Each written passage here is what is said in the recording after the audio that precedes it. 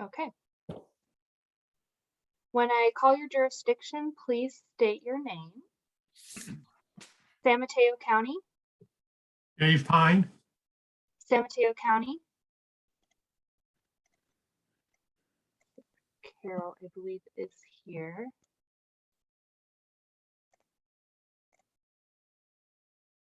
Atherton, Rick DeGolia. Belmont, Charleston. Brisbane. I thought I saw Colleen here as well. Sorry, Colleen Mackin. Perfect. Burlingame, Donna Colson, thank you. Colma, Daly City, Rodas Magboa, East Palo Alto, Carlos Romero.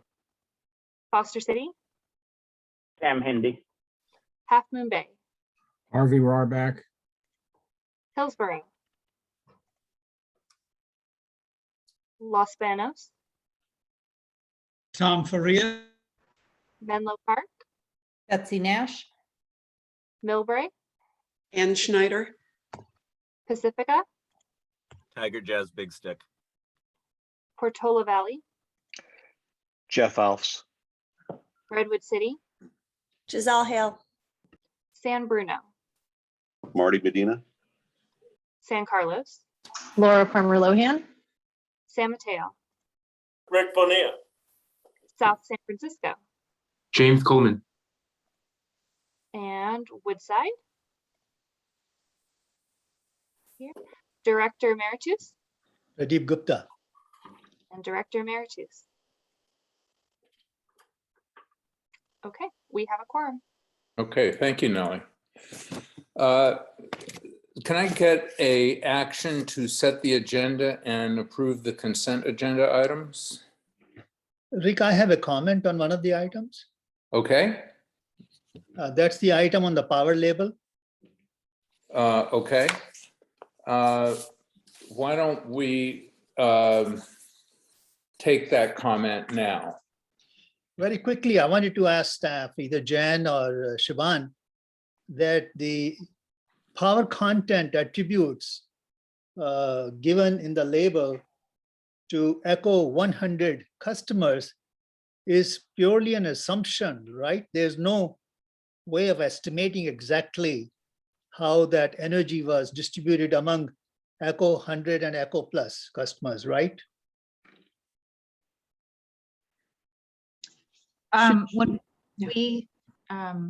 When we do the power content label, we look at the actual load for each group of customers, and then we allocate part of the renewables that we bought last year to each group. So we've allocated those renewables to the Eco 100 customers.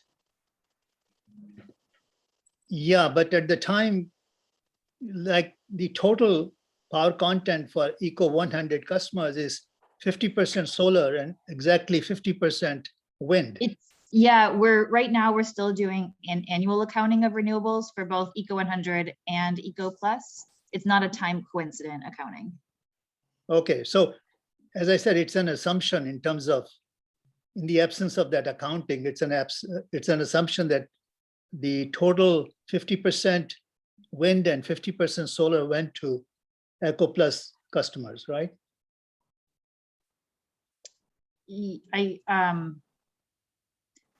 Yes, I guess so. Okay, that's all what I wanted to know. Thank you. It sounds like you might want to have a conversation offline on that, Pradeep. Yeah, I might like to do that. Okay, I make a motion to approve consent agenda. Second. and who was the second from?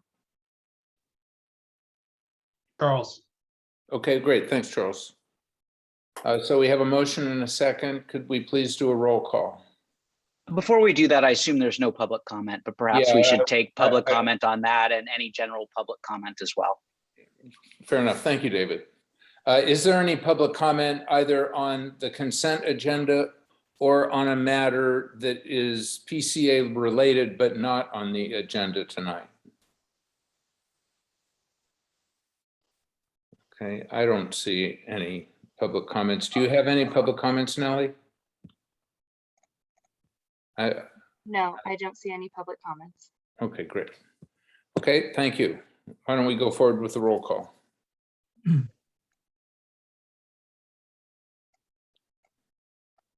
Okay, San Mateo County, Yes. San Mateo County. Okay, we'll come back. Atherton, Yes. Belmont, Aye. Brisbane, Yes. Burlingame, Thank you. Yes. Homa, Daly City, Yes. East Palo Alto, Yes. Foster City, Abstain from the minute and yes on the remainder of the consent. Can I get that one more time? Yes, abstain from the minutes and yes on the remainder of the consent. Camera on. Thank you. Half Moon Bay, Yes. Hillsborough, Show my photo. Oh, you did it. When I left, you had to. Los Banos, Yes. Menlo Park, Yes. Millbrae, Yes. Pacifica, Yes. Portola Valley, Yes. Redwood City, Yes. San Bruno, Yes. San Carlos, Yes. San Mateo, Yes. South San Francisco, Yes. Woodside. Okay. And circling back to San Mateo County, Yeah, it's Carol. I'm sorry. I could not get in but I've been listening to the meeting. So I'd like to vote yes. great, thank you so much. And I believe that was it. No. Oh, perfect. Thank you. Okay, great. So on the regular agenda, we're going to start with the 3 reports, and then I'm going to move what had been a consent item on the agenda. And if everybody could mute who's not on, that'd be great. And then I'm going to move what had been on the consent agenda but was moved to the regular agenda. It's item 5, a resolution approving Jan's amended agreement with PCE. So I'd rather take that at the beginning than at the end. So the first item is the chair report. I really don't have anything of substance other than just to note that we missed a meeting last month. We had some contracts that weren't ready to review, and we all thought it was prudent just to skip the meeting and give everyone the night off. It does mean we have a long agenda tonight, so I'd just like everyone to be cognizant of that so that we can move through it in a timely manner. I really don't have anything else to report. And the next item on the agenda is Jan's CEO report. Great, thank you. Nice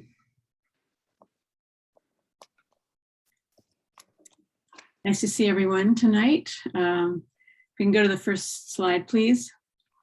So what I'll go through tonight are some staffing updates, open positions, update on the DERs program, the Power on Peninsula program, regulatory, legislative, and then our upcoming meetings. So next slide, please. So staffing, you're seeing her live tonight. Nellie Wagberg is our new board clerk, and this is her, I believe this is your first board meeting that you're conducting. So we're very happy to have Nellie. She started on July 12th. She comes to us from the city of Palo Alto, where she was the deputy city clerk there. So she knows what she's doing, and it's been a pleasure to work with Nellie so far, and I'm sure it will continue to be. We have also added another community outreach specialist, Vanessa Shin. Vanessa is replacing Carlos Moreno, who is moving into a different position in the marketing group. And Vanessa started on July 19th. She's a great addition to our team as well. She spent time as an intern at Silicon Valley Clean Energy. And so we're very happy to have her here at Peninsula Clean Energy. So welcome, Nellie and Vanessa. Next slide, please. So on the open positions side, we are again looking for a community outreach specialist in Los Banos. We had hired Jenica Uribe. She started on June 1st. She was great, but due to some family care needs, she has had to resign. And so we are actively recruiting for a replacement for Jenica. We're looking for someone who hopefully lives in Los Banos and is super familiar with the community. So if you know of anyone, please, please, please ask them to apply. We are also looking for an account services specialist or analyst who will replace Michael Tota, who has left PCE and he joined a startup company. And so we wish Michael well and much success in his new position. So we're looking for someone to replace him, someone who has a lot of interest in rates and working with our customers to evaluate their rates and even more than that. All of these positions are on our website. And then we will be posting in the next week or so a position for a buildings program manager to take over the building electrification work that Schroeder was doing. Next slide, please. So I wanted to give an update on the DERs. That's the distributed energy resources projects. Those are the smaller resources that we're looking to install at a number of municipal locations in a number of your jurisdictions. And so the first round of projects that we're looking at, we have sent out emails to these cities that are listed here. And we have finished an engineering assessment for the location in your jurisdiction, and a design was created for either the solar plus storage or a storage system that we're looking at. And the next step is to meet with you and your city manager and the appropriate people within your city to review our draft financial analysis, to talk about the aggregate procurement process that we're planning to do for all of these systems, and then to get a secure commitment from each of these jurisdictions to have it included in the RFP that we're going to send out to get bids from installers. So we're very excited that this is moving along as well as it is. Dave Freibush has been leading this effort and he's doing a great job on it. Next slide, please. Our Power on Peninsula program, which is the program for installing solar plus storage on residential homes so that your home or whose ever home can be the one that has its lights on when the power is out. And part of the project that we have with Sunrun involves doing labor compliance work. So we have hired a company called Tanma. It's a woman and minority-owned firm located in Oakland that will be doing this compliance work for us. And it involves reviewing payroll, workforce development activities, local hiring and training. So this was quite a lift to find the right firm to do this work. And we're very excited to have Tanma on board to do this work. Next is on the regulatory side. You may recall, I think it was at our last meeting, we talked about the DAC GT or Disadvantaged Communities Green Tariff, which is a program where we can provide virtual solar to low-income customers, and they would receive a 20% discount on their bills. So when this originally was started, we got an allocation to do this in San Mateo County, but and it was based on 2019 loads. Now that we're enrolling Los Banos, there was a timing issue with us versus PG&E, because PG&E had already enrolled those customers in their equivalent program. And so we are filing a joint advice letter to the Public Utilities Commission with PG&E to transfer those Los Banos PG&E customers to us, coinciding with our April 2022 enrollment in Los Banos. So we're very excited about this, that we can be offering this program both to all of our customers in San Mateo County and to Los Banos when Los Banos joins us. Next, please. On the legislative side, SB 612 is the bill that Cal CCA was sponsoring that is very important for helping us get that PCIA down. It was scheduled for a hearing on June 30th in the Assembly Committee on Utilities and Energy. Chair Holden, the chair of that committee, pulled that bill, so the hearing was not held. The author, Senator Portantino, can continue to carry it, he can amend it, or he can keep it now as a 2-year bill. Fortunately, it was passed in the Senate, so he has until next summer to get it passed by the Assembly Policy Committee, which is where it's referred most recently. So anyway, there's a lot of moving pieces in play here, and we're hopeful that we're still going to be able to get this bill through, but it's probably not going to go through this year. SB 68, the bill by Josh Becker, which helps on building electrification, did have its hearing in the Assembly Committee on Utilities and Energy. We provided testimony at that hearing. It passed the Assembly Appropriations Committee today, and the next step is for it to be voted on the Assembly floor. So that's looking good. And then AB 843, which allows CCAs to get access to funds for biomass and biogas projects similar to IOUs, also passed the Senate Appropriations Committee today, and the next step is for that to be voted on the Senate floor. So those are looking pretty positive. Next slide, please. So last but not least, we'll see you at the Executive Committee on September 13th at 10 a.m. Citizens Advisory Committee will be September 9th at 6:30 p.m. And then our annual retreat, we have decided that this will be remote only. We had hoped to have it be part in person, part remote, but it's going to have to be all via Zoom. And we're suggesting a start time of 9 o'clock. In the past, when we had it in person, we started around 8 or 8:30 and had lots of refreshments there for you. So hopefully 9 o'clock sounds good. If you don't like that time, let us know and we'll consider a different time. But that's our plan. And hopefully next year, we will all be together for the retreat and these meetings. And just to remind everyone, we won't have a board meeting in September because we have the retreat on Saturday. That's right. And the retreat is just to focus, we went over the agenda before, but it's to focus on our 24/7 renewables goal and also our goal to help the county reach 100% carbon free in all sectors of the county by 2045. So that will be the focus. We will not be bringing business items to the retreat for your vote unless they're like super urgent, but we don't expect that that's going to need to happen. So it should be a very interesting retreat. We're really looking forward to getting your input as we talk about these important strategic objectives that we have. That's it. Thank you. Great. Okay. Thank you, Jan. So the next item on the agenda is the Citizens Advisory Committee report.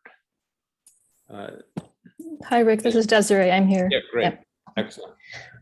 Yep. So the Citizens Advisory Committee, we actually met last month as well as this month. So in July, we reviewed the budget as well as had a discussion on the time of use rate transition. And started a discussion on-bill financing and realized that that was something that the committee was interested in taking action on. And we took up that item again as an action item earlier this month. Before I kind of get to the action that we took there, I just want to let you know the other big items that we discussed and reviewed were the board retreat agenda, as well as the Harvest Thermal Pilot program. And then, as I mentioned, we continued discussion and took action on-bill financing. And so I know that's item number 12 on tonight's agenda. And if you have the PDF open, you can refer to pages 84 and 85 of the agenda packet that has the full action that was taken by the Citizens Advisory Committee. Basically, the recommendation is that we do endorse the on-bill financing proposal put together by staff, and we hope that the board will adopt it tonight. We do have some concerns, and they're spelled out basically in your agenda packet. And I can go through those just very briefly. So we would endorse going even further with the program by increasing the size of the loans, the volume, and also, when possible, increasing the program to as demands or as the demand informs. We'd also recommend the board consider adding tariff on-bill financing to the program when and if California law allows it. We know that's not possible right now, but we would encourage that in the future. During the presentation to us, there was also some information about methane work that was done by the Office of Sustainability. And we recommend that the board look into this for the county and municipalities to use these in their planning and policies. And we recommend that a marketing plan be integrated to cover the pieces of this on-bill financing.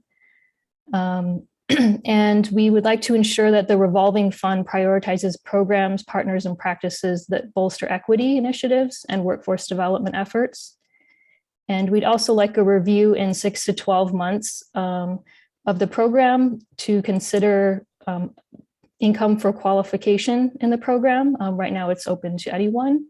Also to perhaps add batteries as part of the electrification for the on-bill financing, and also to consider extending beyond the bay run requirement. So I just want to reiterate that we do encourage that the board adopt this proposal by PCE staff, but these are some recommendations and concerns that we had, and hopefully some of them can be implemented in the future as the program grows and expands. So I can take any, actually I can take any questions, maybe if there are any about that. And then we also elected our new chair and vice chair, and so I would like to introduce them as well. So were there any questions about anything in my report? Okay, so, oh, Jeff. Sorry, it took me a second there. Thank you. Not really a question, but I just wanted to sort of touch on something Desiree mentioned, which is there's a recent data now showing sort of people have finally done a little more in-depth analysis on methane leakage from natural gas distribution. It is much higher than we thought. It is much more dramatic and damaging than we thought. It's just, I think it lends far more urgency to our mission to electrify buildings and eliminate as many natural gas hookups as we can. I just wanted, you may not, we saw a summary of that report from Raphael and staff at our last CAC meeting. It's coming our way at some point. I just wanted to let people know this is, the issue of methane leakage from natural gas is even worse than we had originally thought. So. Is there any other, and anybody else have a comment on the CAC presentation? I mean, we can get into some of the substance more, Desiree, when we take up the issue of the on-bill financing on the agenda. Yeah, that would be great. So I just want to very quickly introduce the new chair of our committee and vice chair. So the new chair is Ray Larios, who has been serving as the vice chair. Ray is from Burlingame, and the new vice chair is Morgan Cheknova from Redwood City. So I don't know if the two of you want to unmute yourselves and just say hi to the committee and maybe a brief intro. Certainly. Thank you, Desiree, for the presentation. Hi, everybody. Chair, honorable members of the board. My name is Ray Larios. I've been part of the CAC for the last 2 years. Some of you may know me. I'm honored to take on this responsibility and really appreciate the trust that you placed in me, and also my fellow peers at the CAC have placed in me to be the new chair. And I'm also privileged to have Morgan Cheknova as the new vice chair of the CAC. I'm really excited. We have a lot of new ideas and we want to continue supporting as the CAC has been supporting, and follow in the footsteps of Desiree, who's been absolutely amazing and who's been a role model for me. So I will leave it at that, and thank you very much. Have a nice evening. Great. Okay. Hi, everyone. I'm Morgan Cheknova. Just wanted to briefly say hello as well. And also wanted to thank Desiree for the amazing work that she's done. I live in Redwood City with my husband and our yellow lab, and super excited to be involved in serving on the CAC and working more with all of you. Great. Thank you. Nice to meet both of you. Okay, the next item on the agenda is a resolution approving Jan's 6th amended and restated agreement. Andy, were you going to introduce that? I know you did the brief staff report. I can represent the ad hoc committee on it. Rick, I'm driving and I don't have any Okay. notes. I think there was a script that David had written for you to read. Yeah, no, I have that. That's right. Okay, no problem. So basically 2 months ago, we as a board reviewed the comments, which were quite detailed comments from the ad hoc committee of the board that looked at Jan's contract and reviewed the work over the last year. And in connection with that, we went through the series of recommendations, and tonight is the formal approval of what we discussed 2 months ago. I will read a statement that's legally required since we're approving compensation for our CEO. And then I'll take any comments or questions from the board and then any public comments. So in recognition of Jan's excellent leadership and service to Peninsula Clean Energy, as well as a comparative review of other salaries in the market, the CEO Review Ad Hoc Committee is proposing an amendment to her employment agreement with Peninsula Clean Energy, a copy of which is a part of the board packet tonight. And the following is the summary of the proposed amendment. 1, the term of Jan's employment agreement with PCE will be increased by 1 year. And the new end date will be June 30th, 2024. And 2, her base salary will be increased by 5%. All other substantive terms of her agreement will remain the same. And if there are any questions or comments, now I want to welcome them. So that's the required statement. You have it all in front of you. Does anybody have a question or a comment?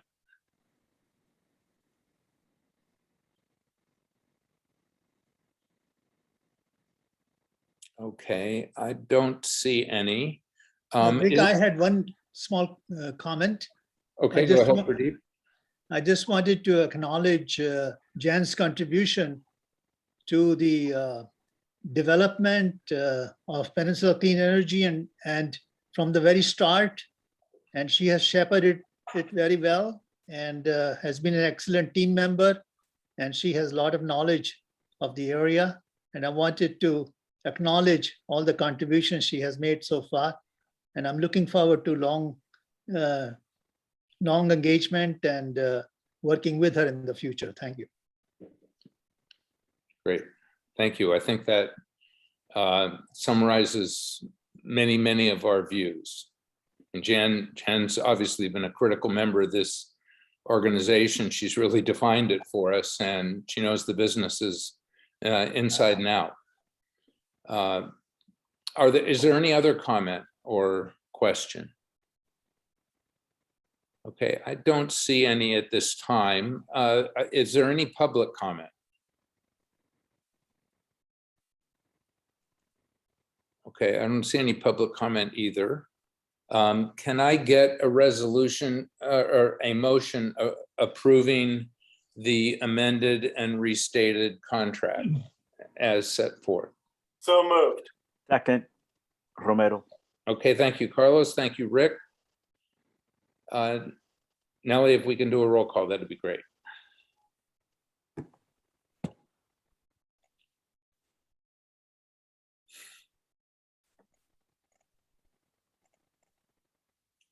One moment.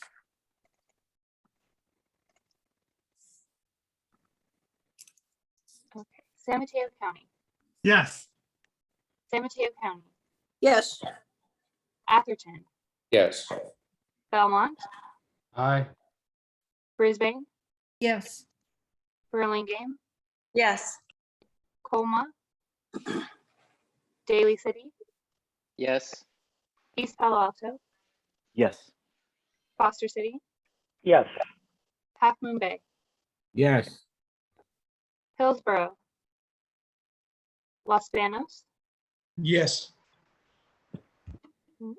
Menlo Park, Yes. Millbrae, Yes.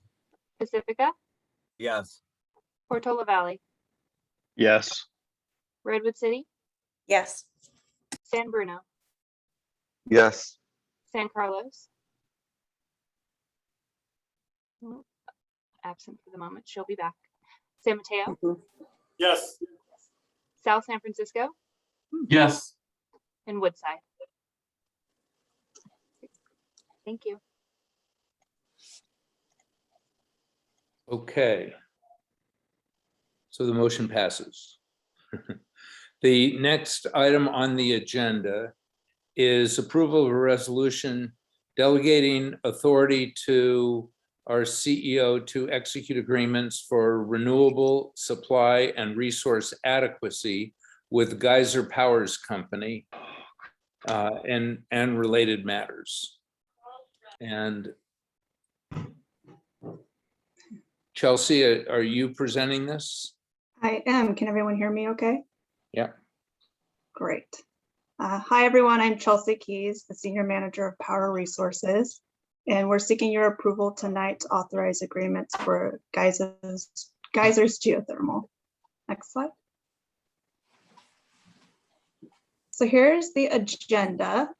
We'll first talk about the RFP that staff issued for long-term renewable plus storage. I'll go over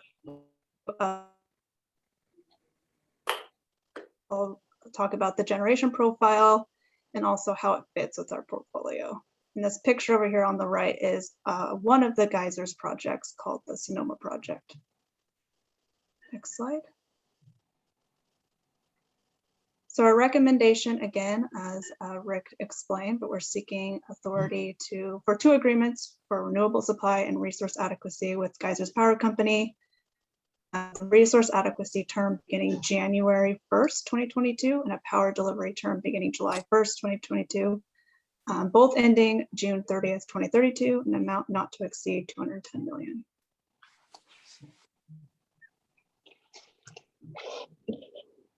So staff a few months back issued a long-term renewable and storage RFP, and we're soliciting contract proposals of greater 10 years in term length. One of our strategic IRP targets is to diversify in term lengths in our resource portfolio. So occasionally we may be going out for 5 or 8 year agreements or 10 to 15, depending on the type. Staff received offers for solar plus storage, wind, and we received 3 offers for geothermal. Procuring geothermal out of this RFP was a very high priority to staff because it does serve as a baseload resource. It provides around-the-clock generation, which will help to meet PCE's goal to provide renewable energy on a 24/7 basis. Next slide. So here's an overview of the project. The counterparty and owner is Geysers Power Company. The location is actually between 2 counties, Sonoma and Lake. The capacity that PCE is procuring is 35 megawatts. The total capacity of the Geysers projects is 725, and there's a total of 13 projects. This map over on the right here shows in green all of the 13 projects that comprise of the Geysers. So PCE will be receiving 35 megawatt portion from all of the projects that make up the 725. So we'll receive some portion of the 725. The capacity factor for this is very high. It's 100% because it is a baseload resource and it provides power around the clock. The annual generation that PCE will receive is just over 300,000 megawatt hours. The term length is about 10 years. Resource adequacy is starting a bit sooner than the energy in January because we are procuring to meet our 2022 resource adequacy compliance. So this will surely help with that. And then the energy will start in July of 2022. So these are existing projects. So the labor, currently there's about 300 employed full-time by the Geysers, and local residents make up about 150 of those full-time jobs. And just an interesting fact that I wanted to share was that this is the world's single largest geothermal resource developed for electric generation. Next slide. So here's a little bit of the contract structure. We're contracting directly with Geysers Power Company, who is indirectly wholly owned by subsidiary of Calpine Corporation, who's a long-term owner operator of power generation. GPC will provide a performance security, and Calpine will serve as the guarantor, providing a guarantee to PCE. Like I mentioned before, we're executing 2 contracts, one for the energy paired with the renewable energy credits, and the second for resource adequacy. There's fixed rates. The energy will be at $1 per megawatt hour, capacity at $1 per kilowatt month. So the contract for the energy and RECs is actually firm, meaning that GPC would have to make a force majeure claim to excuse deliveries that fall short of their 35 megawatt 24/7 delivery obligation. So it's almost serving as a hedge to us, or it is serving as a hedge. Calpine Energy Services will be the scheduling coordinator. They're also a subsidiary of Calpine Corporation. And the power will be delivered to PCE at the CAISO MP15 trading hub through an inter-SC trade. And this is where we do receive power from other contracts too. Next slide. So this is what the generation profile looks like. It's pretty simplistic. It's 35 megawatts around the clock every month of the year. So it's flat. Great contribution to PCE's load profile. And the annual generation is going to contribute roughly 8% of PCE's load. Next slide. This is a month-hour shape of our portfolio in 2025 with all the existing PPAs that we have online. So you have it broken down by month, and you can see that Geysers in blue here is that 35 megawatt on top of our existing PPA portfolio. So it's just a view of how that starts layering in to meet our total load profile in to the black line for each month. Next slide. And then here's a year-hour shape. Again, the annual generation we'll receive is just over 300,000 megawatt hours. And again, has a capacity factor of 100%. Really, the variability between month is just dependent on how many days are in that month. So roughly 25,000 megawatt hours per month. Next slide. So here's how it fits with our strategic plan. It meets priority 1 to design a power portfolio that's sourced from 100% carbon free by 2025 that aligns with our supply and consumer demand on a 24/7 basis. It meets the power resources goal number 1 to secure sufficient low cost clean sources. It meets objective A, low cost and stable power, because we are developing and implementing power supply strategies to procure low cost reliable power. It's also securing sufficient low cost clean sources of electricity. And then it also meets objective B for clean power, designing a diverse power portfolio that is 100% carbon free by 2025 and meets consumer demand on a 24/7 basis. And then lastly, securing additional contracts for renewable energy procurement in alignment with strategies and portfolio identified through the IRP process and in compliance with risk management strategy. And this picture over here is of the Socrates Geysers project. Next slide. And again, here's just our recommendation that I've already read off. Oh, somehow that's the wrong slide that got inserted in there. I don't know how that happened, but go ahead and go to the next slide, Nellie, since they've already seen this one. And this is just another picture of one of the 13 projects. So that is all that I have, but happy to take any questions that you might have.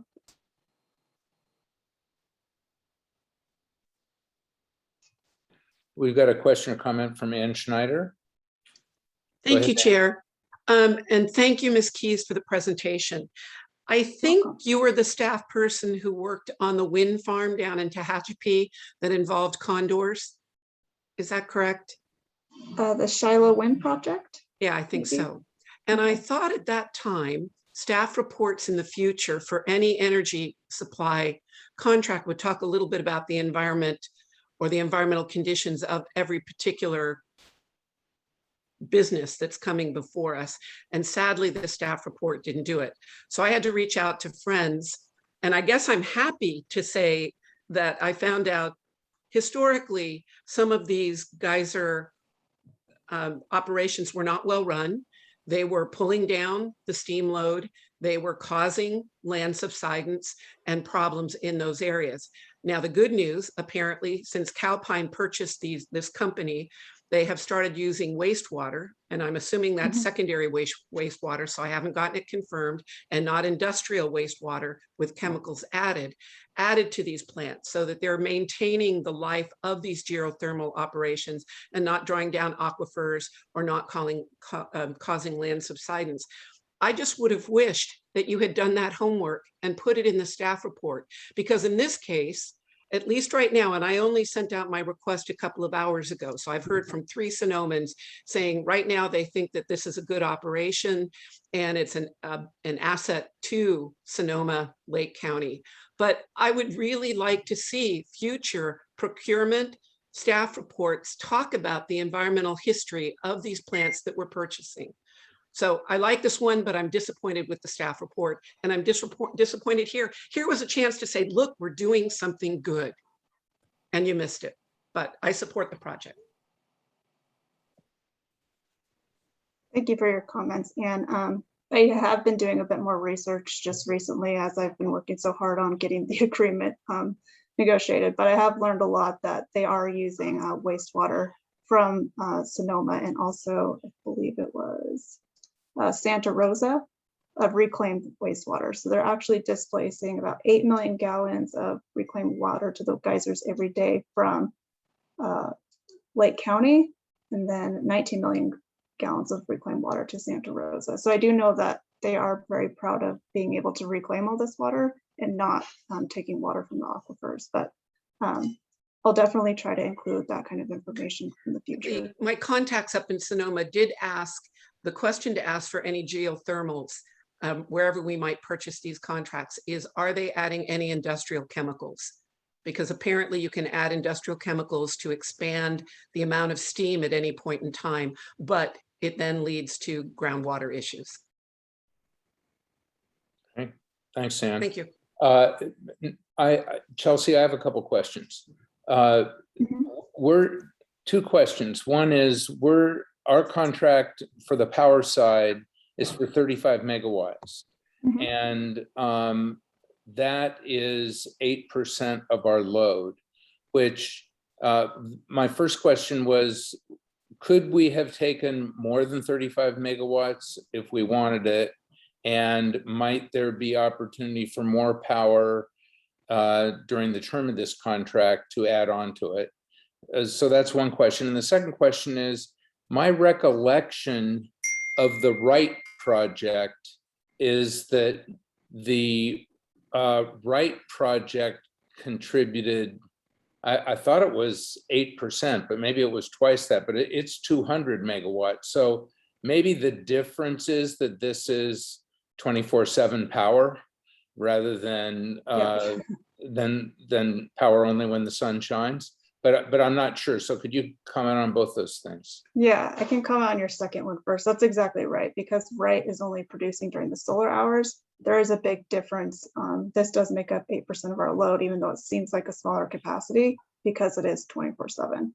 Yeah.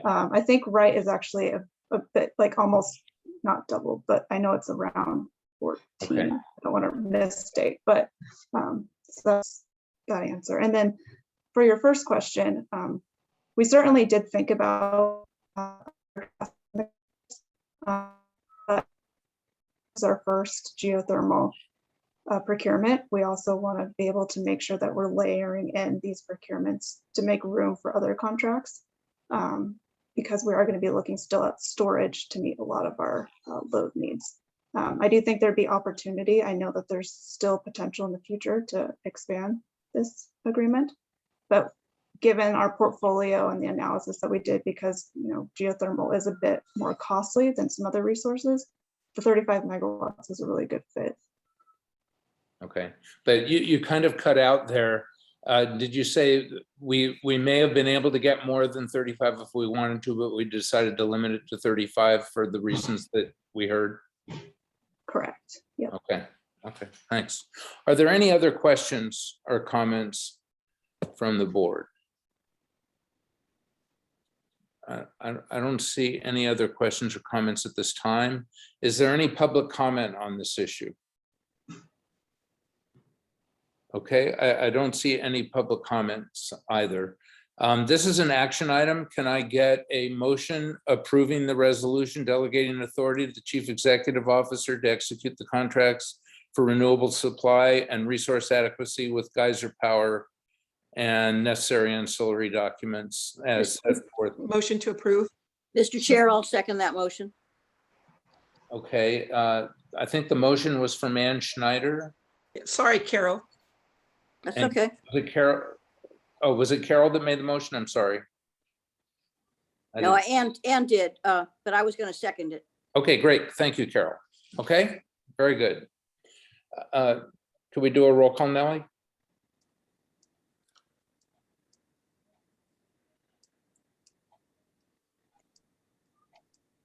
Okay.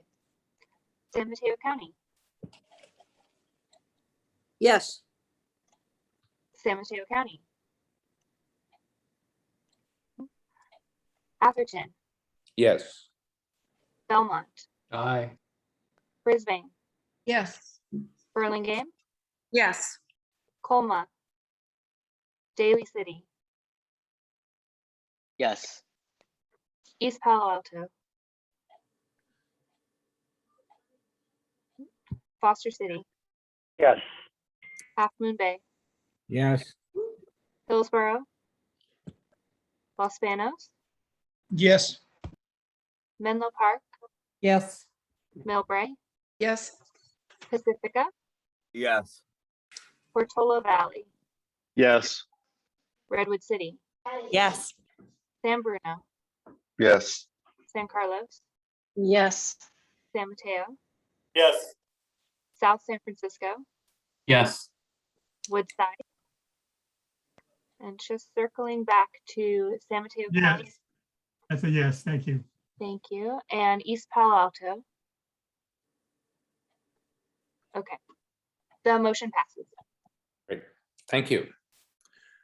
Okay, the next item on the agenda is to approve an expanded pilot of the school district energy sustainability dashboard project. Is that being, not sure, is KJ presenting that?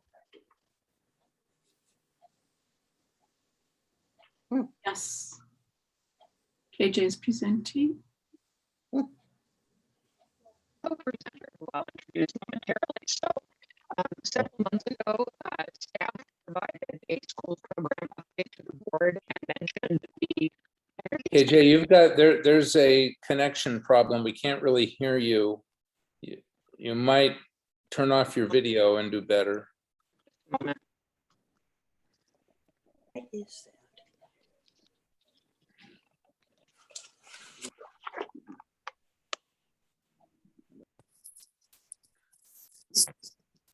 Can you hear me okay now? That sounds a little better, yeah. About now. Okay, I'll turn off my video and hopefully that'll be better. Okay, let me know if you can't hear me. Apologies for that. So several months ago, staff provided a schools program update to the board and noted the energy and sustainability dashboard project that we had done with the San Mateo County Office of Education and the San Carlos School District. And several board members expressed enthusiasm about getting that sustainability dashboard expanded. And for a variety of reasons, the initial pilot with the San Carlos School District could not yet be fully evaluated. Some of that had to do with COVID, which we'll talk about in a moment. But what we're doing here is recommending that we expand the pilot a bit and include continuation of the evaluation of the San Carlos School District dashboard pilot. Next slide, please. So the request tonight is to approve a contract for an expanded pilot of the dashboard project. And tonight we'll be talking about a little bit of the background, the purpose and the benefits of the dashboard, and the status and the findings from the San Carlos School District pilot. And I am pleased to say that tonight we'll have Andrea Yagoyan speaking on those two topics, and I'll tell you a little bit more about her in a moment. And then after she's done with those, I will talk about the expansion opportunities and the proposed approach and the budget. Andrea is, I have mentioned her before this body. She is our partner on many projects with the San Mateo County Office of Education. I have described her as a force of nature and a force for nature, but her real title is Environmental Literacy and Sustainability Coordinator at the San Mateo County Office of Education. Other programs that we've worked on with Andrea and the Office of Ed include the San Mateo Environmental Learning Collaborative Administrator Fellowship Program and the Teacher Fellowship Program, which many of you have heard about and strongly supported. So, You know what, Diane? and I'm going to let Andrea take the next few slides here. So go ahead, Andrea, and next slide, please. Great. Well, thank you so much for having me. Hopefully you can all hear me okay. If not, somebody let me know. But I am thrilled to be here. I'm Andrea Yagoyan. I'm the Environmental Literacy and Sustainability Coordinator at the San Mateo County Office of Ed. And I'm just super grateful to be here. I'm always grateful to Peninsula Clean Energy and all that you do to support our capacity building programs and our other initiatives and efforts in this county. It really, really does pay off. I'm just starting my 5th year in this role, and I have seen this go from just a small, tiny thing to like really growing a movement. So thank you for all that you're doing. And this dashboard is just another way to really think about continuing to grow the movement. So I know that many of you have been familiar with it, but I just want to recap really quickly here. The idea is that schools are a learning lab for climate solutions and environmental sustainability. And so by having a dashboard or a tool where people can actually see the data, it allows to open up a conversation for students to understand what's going on in their school facilities, and also for teachers and administrators to better understand it. Most teachers and administrators do not have any sort of background in facilities, and find that when they are placed in the role of having to make decisions or having to consider like, how could we reduce our energy footprint or our waste footprint, they really don't even know where to start in terms of reading spreadsheets and data. And so having a dashboard really simplifies this and makes it a lot easier and accessible. So it's accessible from a learning standpoint, but it's also accessible in a way of that most of the data usually sits in district, filing cabinets or in district spreadsheets that people don't have access to. And so by having this in a dashboard, it also makes that data transparent for students and teachers and community members as well. And I'll say that one last thing about the great thing about using the school as a learning lab is that we cannot assume that our students are all coming from homes. A lot of our students are in foster care or are homeless. And so this allows everyone to have access to a conversation around energy and utilities, and therefore college and career pathways, because the place that you're studying becomes the school or the school district, as opposed to the need to have a shelter and a home and a bill that you can pull up. So that's why we're really excited about it, making all that data visible. So next slide. I think that, sorry, I guess I covered most of that. Sorry about that. You can go to the next slide. So in terms of the San Carlos School District pilot, so there were actually 2 pilots. One was the San Mateo County Office of Ed pilot, which has gone really successfully, and we've been able to use our dashboard in all of our different programs, and also as a decision-making tool with our own executive cabinet. But our San Carlos pilot also was successful in its setup, and it was successful in its use in terms of the district use. It was not able to go fully implemented into the classrooms truly because of COVID. And then also they had experienced a high level of turnover. However, we do have a whole new set of folks there, and we have two different principals who went through our administrative fellowship program who are eager to use this with their teachers. We also have teachers who have gone through our teacher fellowship program and are eager to use the dashboard. And then we also have a new superintendent there who is also eager to see this work carry forward. So we're really excited about relaunching the San Carlos work and moving that forward. And while everything was kind of in flux, we did develop a ton of curriculum that was piloted with a couple different co-curricular programs in San Carlos. And so we know it is successful, and we're just looking forward to seeing more happen with that pilot.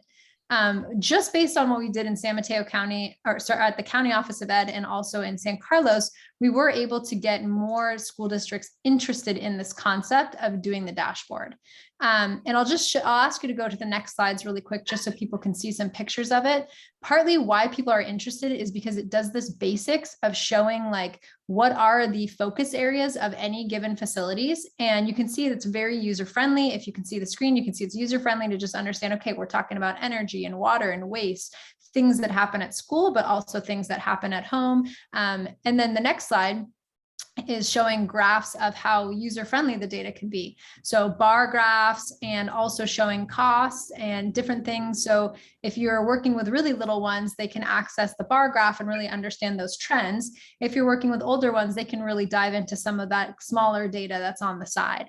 So that's been great. And if you're working with administrators like I am, it also simplifies everything and makes sure that everybody understands what are the trends over time, what do they mean, and how can we process that information of costs and also usage. So if you go to that last slide of this segment, talking about the learnings from the San Carlos pilot, is that we feel like it's a really usable tool for doing things like an energy competition between schools, or a waste competition or water, but of course we're here really talking about energy. So it offers that ability. It also offers the ability for co-curricular use and curricular use. So those were some of the key takeaways that we had. And then it also what we also learned, though, is that to really make this successful, we needed a lot more commitment from the district. And so we've now learned how to build that into the agreement to say, like, who's the right person at the district to take this on? What is the right kind of commitment in the long term for making sure that it is going to get used in these different ways? And then really thinking about all the troubleshooting that we went through with the vendor to understand, like, what's the right way to set it up. And so we learned a lot in the process of doing the two different dashboard systems and making it a bit more streamlined across it. We also learned that it's something that a Climate Corps fellow can be really useful in helping us with in terms of processing the data and also assisting the school district to get it into the hands of teachers and into the hands of students. So we're excited about all those key takeaways that we had. I think that's it for me, KJ. I think I'm turning it back over to you on the next slide. Thank you. And thank you, Andrea. And Andrea will, of course, be around through the rest of this presentation to answer any additional questions that may come up about this. So we are proposing, next slide, please, to expand this pilot. So continue to evaluate the San Carlos School District pilot, but to expand to a couple of additional school districts.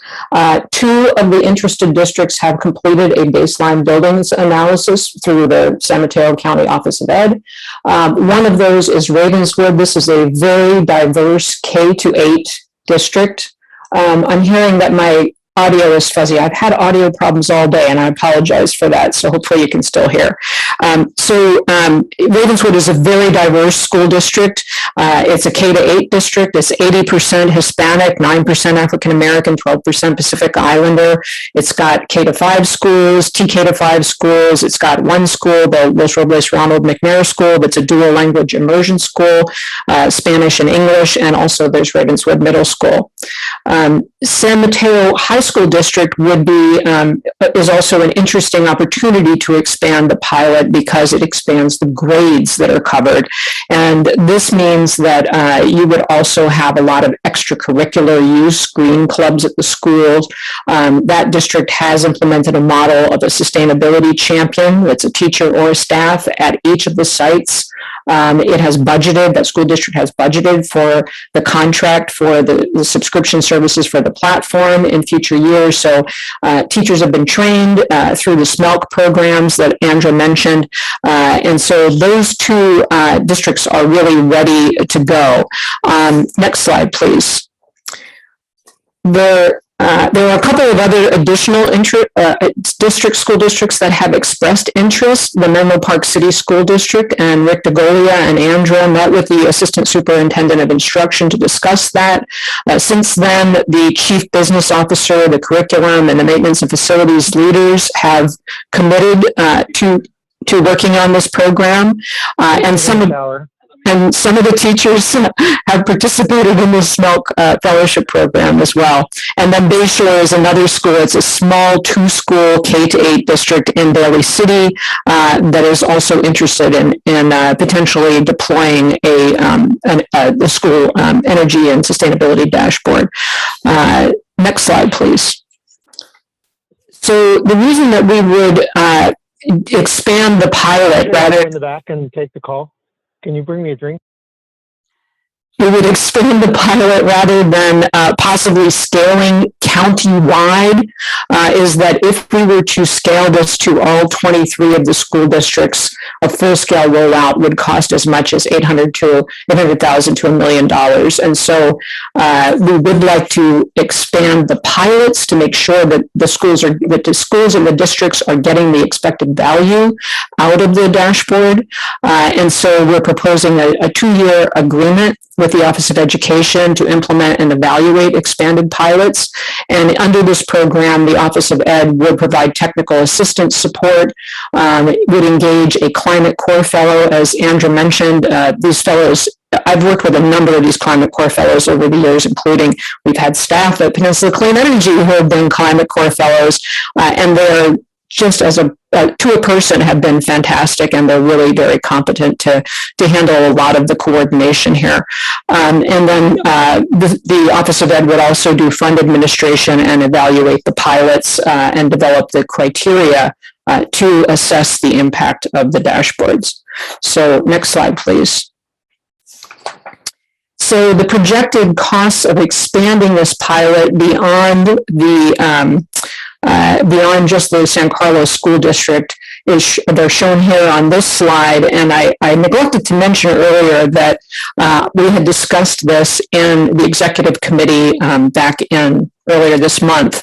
And the executive committee recommended that instead of us covering Peninsula Clean Energy covering just 1-year subscription, that we offer to cover 2 years of the subscription for the platform. And so it's a bit richer mix than what was originally discussed at the executive committee. So the total amount of the contract is not to exceed $249,660. Next slide, please. So this is the request, and we'll take any questions. Okay.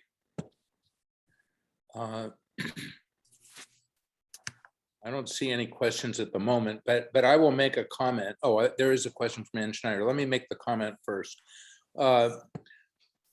This concept of what was done in San Carlos with the pilot was presented to us. And when it was presented to us, I think it was a year ago, I was extremely impressed with the impact that it could have. And it was adversely impacted by the pandemic. But I think that it's critical that this be a 2-year program so that we can really see the impact. Measurement in this kind of a program is critical. If it can grab hold, as it appeared to do in San Carlos, I think that this is a way that we can influence a wide range of our residents and customers on the issue of electrification and in education about energy changes that are required of them in the future. And it's really got to start with the kids. So I'm really excited about this program. I'm glad that you're pursuing it, KJ. I know you've got a lot of passion for this. And I think Andrea has done a spectacular job around the San Carlos dashboard. And I think there's huge potential for this to have a really serious impact in our county. I've got Ann Schneider and then Laura Palmer-Lohan. Ann? Thank you, Chair. Andra or Ms. Yagoyan, I don't know if I have you to thank, but the City of Millbrae and our Millbrae Leos Club are very thankful for being recognized, and for PCE for the $500 donation to our Leos Club for their park bench project. They are raising money right now for the teen room at our rec center that was burned down. So thank you so much. Like our chair, I fully support this. I think it's great. I'm sad Millbrae School District isn't there, but when could I talk to them about joining? That's a great question. So, I mean, I'll let KJ talk a little bit more about the timeline on if we were to expand even further past that. But I will say that in Millbrae, we do also who experience a large amount of turnover. We have a couple champions who've really kind of risen up the ranks. So I feel really excited about what's possible in Millbrae in terms of a top-down decision making on that. Excellent. And then one tiny comment. I've got about 35 years working in the solid waste or zero waste field. One of the problems what you're going to have with the high school district is it crosses city programs. And the reason I bring this up as an energy component, in Millbrae, our food scraps become energy. Now, it's not the kind of energy PCE is dealing with. It's for running our fleet vehicles, our garbage vehicles. And it has been difficult with mills because it's underneath the collection contracts that the district has, and they're more aligned with South or Central County, and they're not aligned at all with Millbrae. So if there's an opportunity to get the dashboard to explain that in Millbrae, we are different than Burlingame, we are different than San Mateo on that. And Cappuccino, I'm a little less sure of, but most of Cappuccino's utilities are handled by Millbrae. Sorry, Marty, but I can just address that really quickly is that so the county office of ed, we have 5 buildings and they are spread out amongst different cities. So we've gone through that. That's another thing we got to pilot was like the complexity of what our high school districts will go through. So I feel we learned a lot. And I think that we have a better sense of how we can now bring that to the high school districts. Well, just know that I'm here as a resource for you. Thank you. I'm a former advisor of Mills Green Youth Alliance and now with the Millbrae Leos Club. So, and I'm kicking off our own climate corps, I hope this fall. So I'm just excited and good luck to both of you. Great. And I did want to mention, I don't know if either Andra or I mentioned that the pilot, the dashboard pilot was not just in the San Carlos School District, but it was also for the Office of Education. And that's part of what the learning is there that Andra was just talking about. Okay, Laura. Great. Thank you so much. I just want to, lend my support for this. I, have two boys that are on the edge of the nest, and one of them in particular is very concerned about the environment. There's a lot of activity happening, for example, in the high schools around the environmental clubs, that type of thing. And at our city council on Monday night, when we were talking about an upcoming consideration of a foodware plastics ban, the youth contingent came out and spoke in favor of council taking action. And I have to say, it was very meaningful. And so the opportunity to engage our youth and have conversations about real world issues and what actions we can take now is, I'm just very excited about it. So I just really want to thank the executive committee for their many folks in that meeting raised their voice to ask to expand that program, and it just gave me so much hope. And I want to thank my colleagues for that and staff for bringing this to us. Great, thank you, Laura. Are there any other comments or questions from the board? I don't see anyone with a hand up. Is there any public comment on this? Okay, I don't see any public comment. This is an action item. Can I get a motion approving? So moved. I'll second that. Okay, great. Did you get that, Nellie? Yes, I did. Thank you. Okay, if we could do a roll call, that'd be great. Perfect.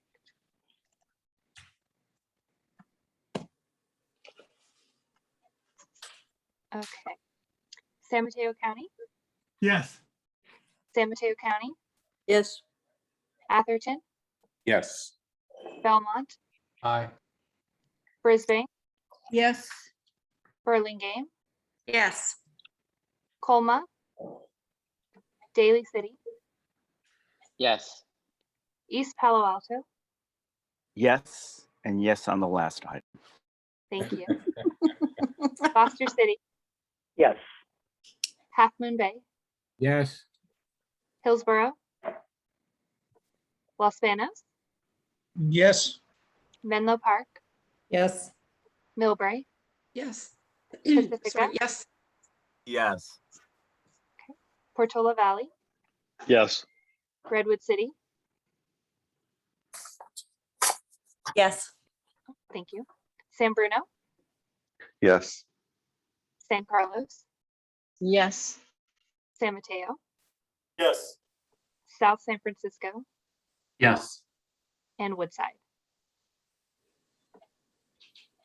That passes with 20 votes. Thank you. Great. Thank you, Nellie. Okay, so the next item on the agenda is approval of an on-bill electrification financing program. And Thank you, directors. This is Rafael Reyes, Program Director, and here to bring forward for your consideration the prospective on-bill financing program. Very excited to bring this concept to you. Next slide. The request here for the board consideration is approval of this program with a budget of up to $1 million in revolving capital, i.e. that would be funds that would be coming back to PCE for reuse in the finance program, with administrative funds of up to approximately $50,000 for startup and an estimated $10,000 a year for write-off of bad debts. And here I'll get into the details. Next slide, please. I'd like to go through for you the background on the prospective program, including existing program, similar existing on-bill finance programs, how the PCE on-bill finance program might be structured, or is proposed to be structured rather, what we're envisioning in terms of the customer experience and the timeline and next steps, and a quick note on how this fits into the broader strategy on finance. Next slide, please. First of all, it's important to note that the motivation behind this is that existing building electrification requires very substantial upfront capital. Just a case in point, in San Mateo County, approximately 12,000 water heaters are replaced every year. Were all of those to be replaced as heat pump water heaters at approximately $5,000 a unit, we would be talking over $60 million a year just for residential water heaters. And of course, the electrification challenge is much larger than just that component, but that gives you a sense of scale, hopefully. So in this process, rebates are very helpful, especially at the beginning of the market development process, and we're right at the beginning now. But finance is likely to be very important in terms of reducing the upfront cost barriers, particularly as volumes start to increase. It's also important to note that we have a pair of cities in our jurisdiction that are already considering existing building ordinances, which would, under circumstances yet to be determined, may require upgrades from gas appliances to electric appliances. And this would, if those ordinances come into effect, they could be expected to potentially drive larger volumes than our rebate program might be able to support. So again, here, the finance component is seen as an important way to address the needs of residents who are making these moves in our territory. Next slide. A little bit in terms of background on existing finance programs that are currently available. PG&E has a on-bill finance program, but it's only offered to commercial properties. There is the Property Assessed Clean Energy programs, or PACE, PACE when it was initially developed, PACE programs were seen as very promising. However, they have very high transaction complexity, and they includes placing a lien on the property. These are driven by private capital providers with typically high interest rates, so 7% and up. And there have been a number of complaints with regards to consumer practices in the PACE programs.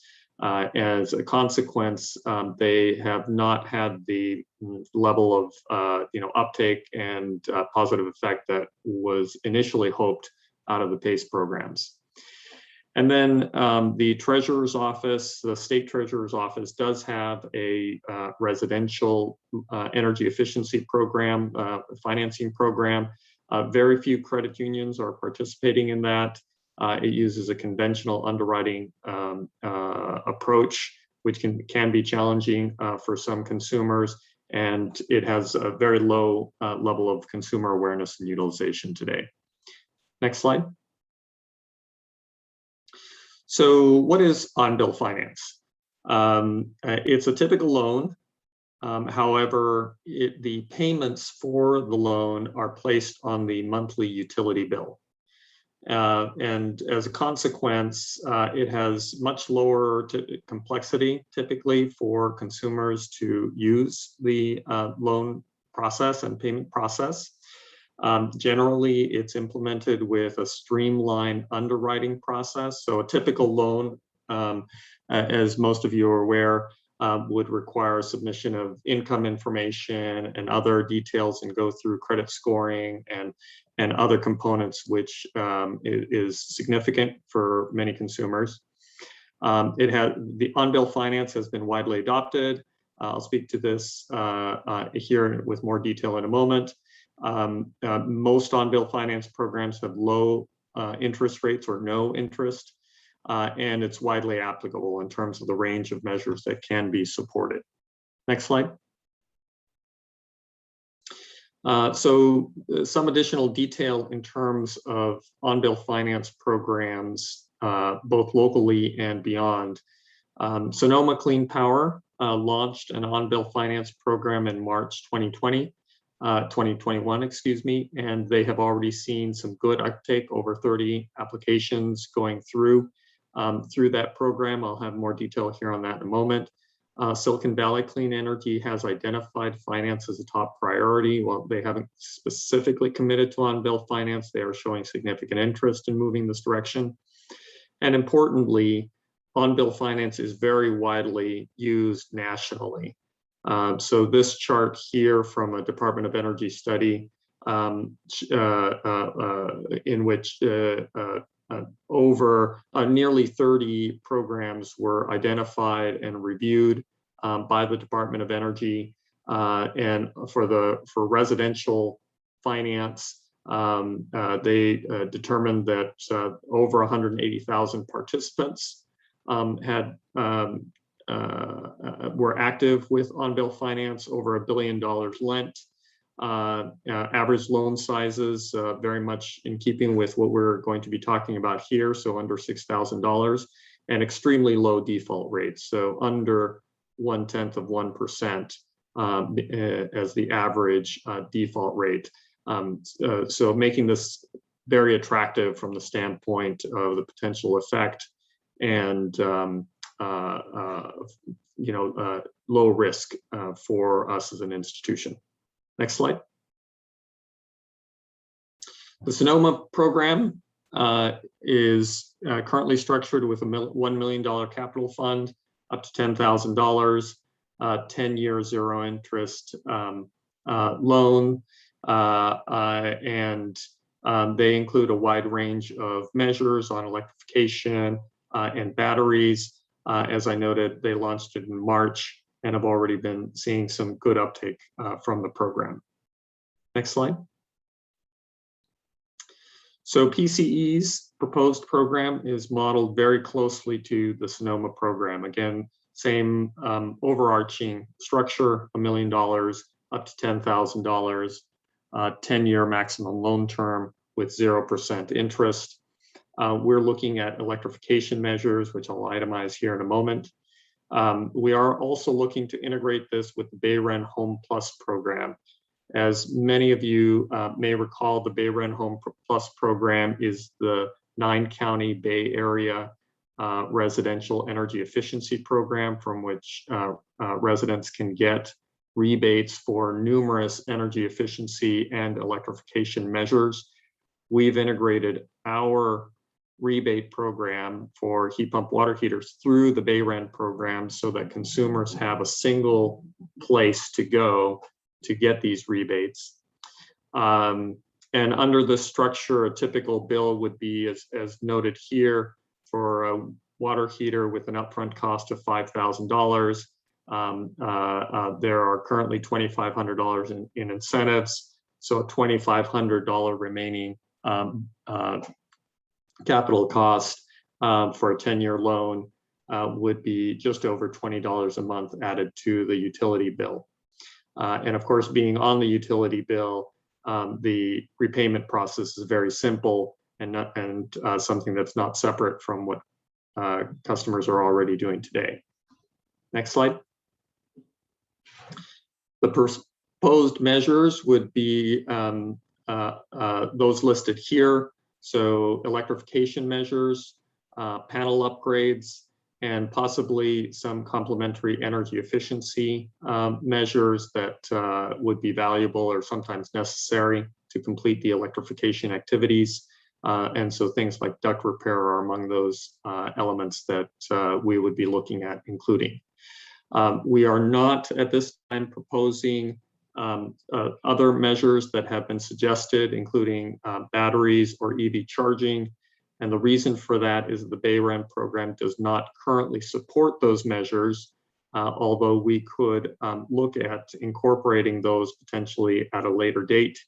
A part of the driver here from a timing standpoint is to make sure that this program is in place in advance of any existing building ordinances that cities may adopt.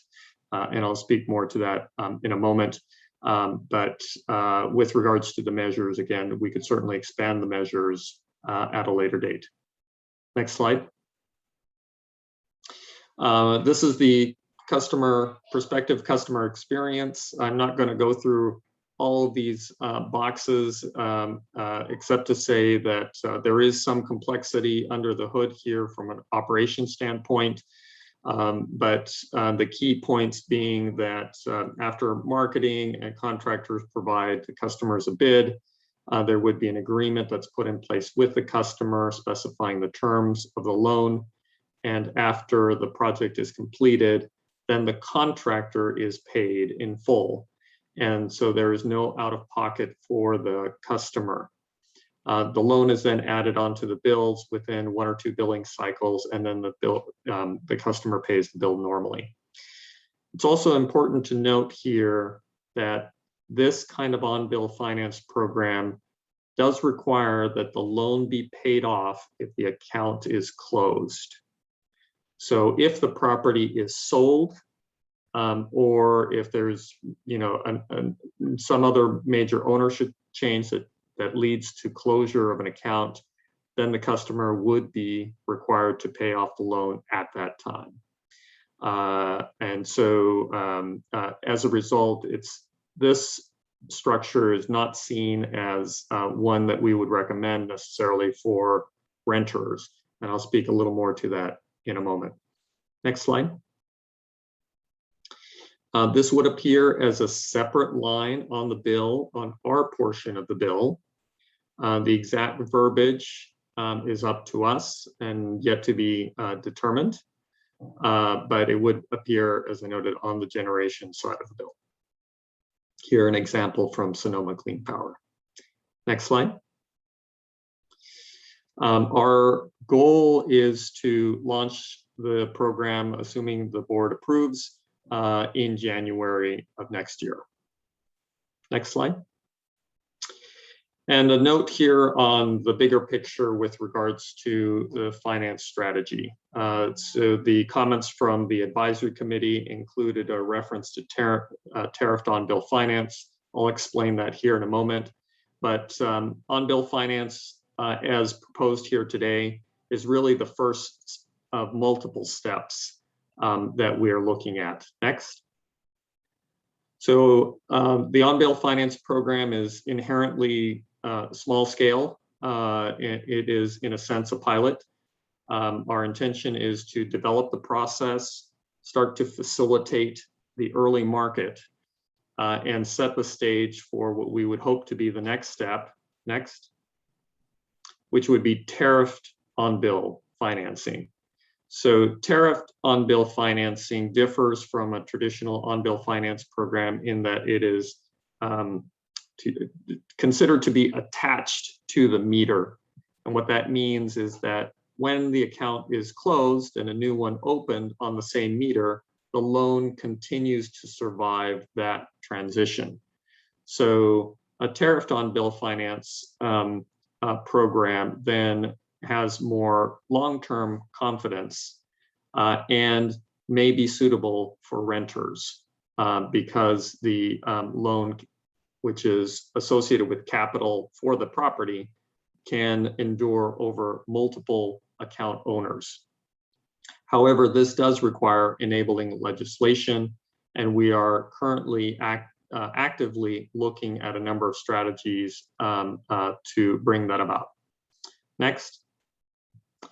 And then the large scale challenge, if you will, is really about developing some source of large capital, which could be any number of possible strategies, state funds, bonds, or private capital, or a combination thereof, sufficient to address the true scale of the electrification challenge.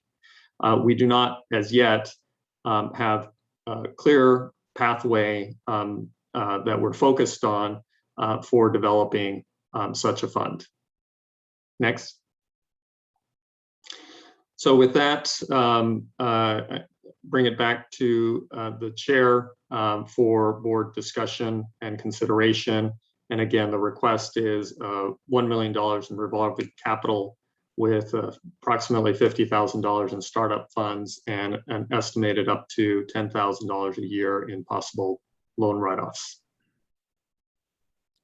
Okay, thank you, Raphael. Any questions or comments from the board? I'll start it off with a question, and I see Colleen has a question. My question, Raphael, is you identify the administrative cost as being a $50,000 startup cost, which makes sense, and the 0.8 or 0.08 write-off, which you're estimating at $10,000 a year. But do you, I assume that there's some administrative cost to managing the loans and helping set people up, which would be a continuing administrative cost. And are you just assuming that PCE absorbs that in our budget, or is that part of this $1 million? So there are two components to the administrative cost. The agreement, that the customer agreement, we would be managing that directly. So that would be in PCE staff time. And there's some additional transaction activity that BayREN would be managing, and that it will be managed under the existing BayREN contract that we have through BayREN, which is actually with their administrator, Clear Result. Okay. Okay. Colleen. Yes, I wanted to ask, if someone defaults on these loans, what mechanism is there for recovering the balance? So there is a mechanism. We can take it to collections, and there is a process associated with that, with also, of course, advance notices to the customer if they appear to be in default. So that process would be triggered just as it does now with someone who is not up to date in their utility bills. But then if there still isn't payment, then we could take it to collections. And there is some percentage that may be recovered through the collections process. And that's working with an outside collections agency. Is there any way to attach a lien to the property? In theory, through programs such as PACE, yes, but we would not advise it here because of the complexity and friction that it brings into the transaction. Okay, and just as a comment, I felt that examining 3 of the recent bill statements was kind of weak. I would rather see something a little bit more stringent than that. It's a fair question. The thinking there is that is really following the results of the Department of Energy study, which is the programs that were successful, meaning significant uptake. They actually were aiding transactions, were the ones that had the least friction upfront. And despite the fact that they had very simple underwriting, the default rates were extremely low. And the programs that had more complex underwriting had less uptake, but not necessarily any different default rates. And of course, this process is, pilot for us, essentially, and we would have to review the success and the default rates and then make an evaluation about whether or not there is more risk than we want to take on, and then we would consider adjusting the program if necessary. Thank you. Okay, Betsy. Thank you. I have a question and then a comment. And the question, which I think was just answered, is participation in the BayREN program required or optional for the on-bill financing? At this time, we are recommending that it be required.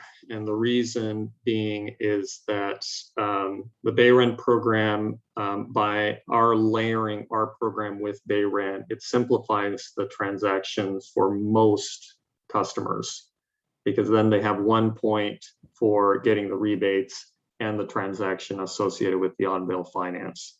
Whereas if we split those, then the transaction complexity goes up for most customers.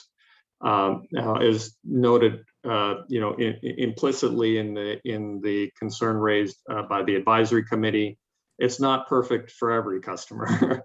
So there are customers that want to do it yourself. BayREN does not support the do-it-yourself customer. We have still a somewhat limited pool of contractors participating in the BayREN program, although we've made progress. We had 0 when we started, and now we have 6, actually maybe 7 now in place in San Mateo County. And BayREN has been working to simplify its processes. So it's not perfect, but we're still seeing it as less complex than the alternatives. Thank you. And then my comment is just that on-bill financing is going to be tremendously helpful in Menlo Park's efforts to electrify existing buildings. And I'm really excited about this and strongly support this. Thank you. Okay, thanks, Betsy. Harvey. Thanks. It's very timely because next month, Half Moon Bay is going to be considering existing electrical building electrification ordinance. And there's a lot of pushback. And I think if this program were in place, it would be one step in the way of getting people more on board. So I highly support it. My comment, though, is that from what I've heard, BayREN is pretty hard to come by, that there aren't any real contractors on the coast that you can get through BayREN. I don't know if that situation has changed since I heard this, but it would be clearly a detriment to the program if you couldn't get any contractors to electrify your building. So I agree with the CAC that we really should consider alternatives, but it sounds like it's a step in the right direction, and I'm appreciative of your efforts. Thank you. Thank you, Director Arbach. We will definitely look into the coastside contractors issue. that had not previously come to our awareness, and I can see how that could be a serious problem. So we will look into that. Thanks. Okay, thank you. Carlos. Yeah, a comment first, and I was looking at the Federal Reserve Bank's default rates just now, and the default rates for this product are, far, far, far better than residential, commercial, or farmland default rates, which kind of hover in the 3%.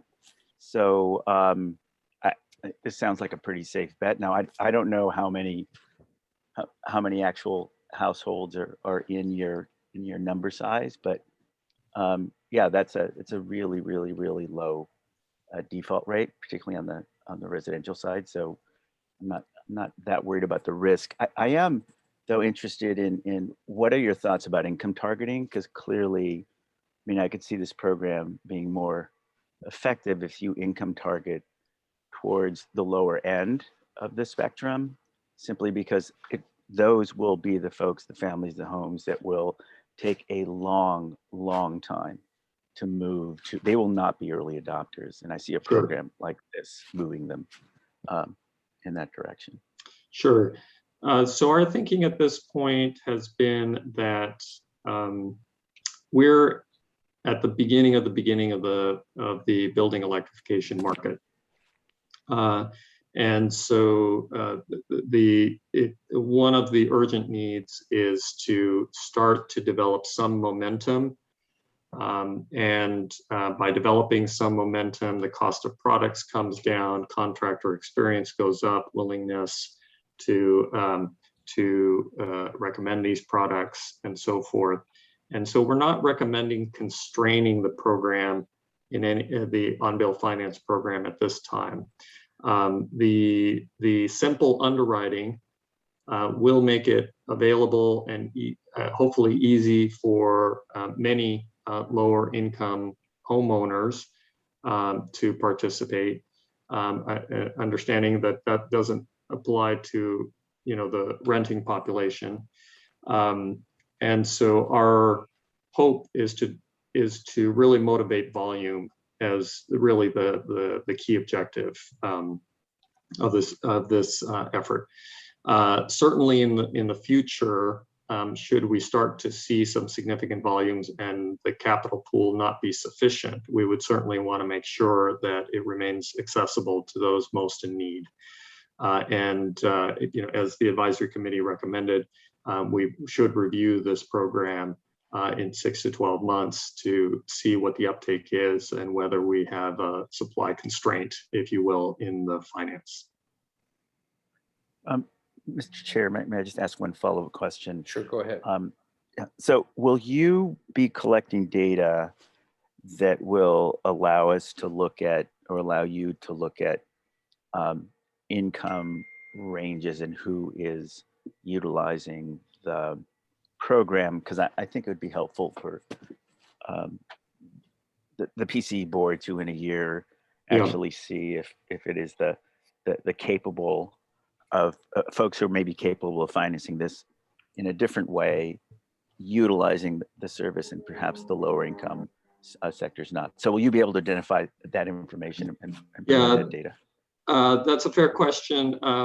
We certainly will have addresses. We had not necessarily envisioned putting a lot of upfront data requests beyond what we already have. So address can be a proxy for that information. We could explore more. From a greenhouse gas standpoint, the low-cost finance could open up doing larger projects. And it's most likely that deep green customers would be the ones most interested in doing electrification and using this program. So I do not want to create the impression that we expect a lot of uptake here from the underserved and low-income communities, where we are targeting, for example, the home upgrade program specifically to that community. So but we can certainly make sure to have some mechanisms for assessing the question of who's using the program. Thanks. I'd appreciate it in the future. Appreciate it. Bye now.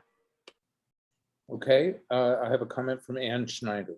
I think Director Romero and Director Nash make me feel a little bit better about this. I'm really torn. When I first read this and said, wow, $25,000 to do this, even if you get a couple thousand back on rebates, this means, as you said, Mr. Reyes, it's going to be the deep green or the wealthy that are going to go for this.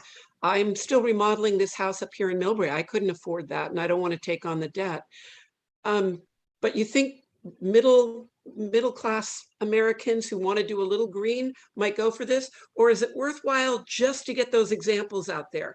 So if I hear Director Nash, if Menlo Park, which is a terribly green city, good for you guys, love your city, but I can see you guys doing it, but I can't see my residents doing it. But maybe if you tell me this is so that we get enough examples out there, we show it's doable, as you said, it might bring the cost of the project down and the cost of the materials down, then it makes sense to me. Can you, so I saw your head shaking. Is that a yes?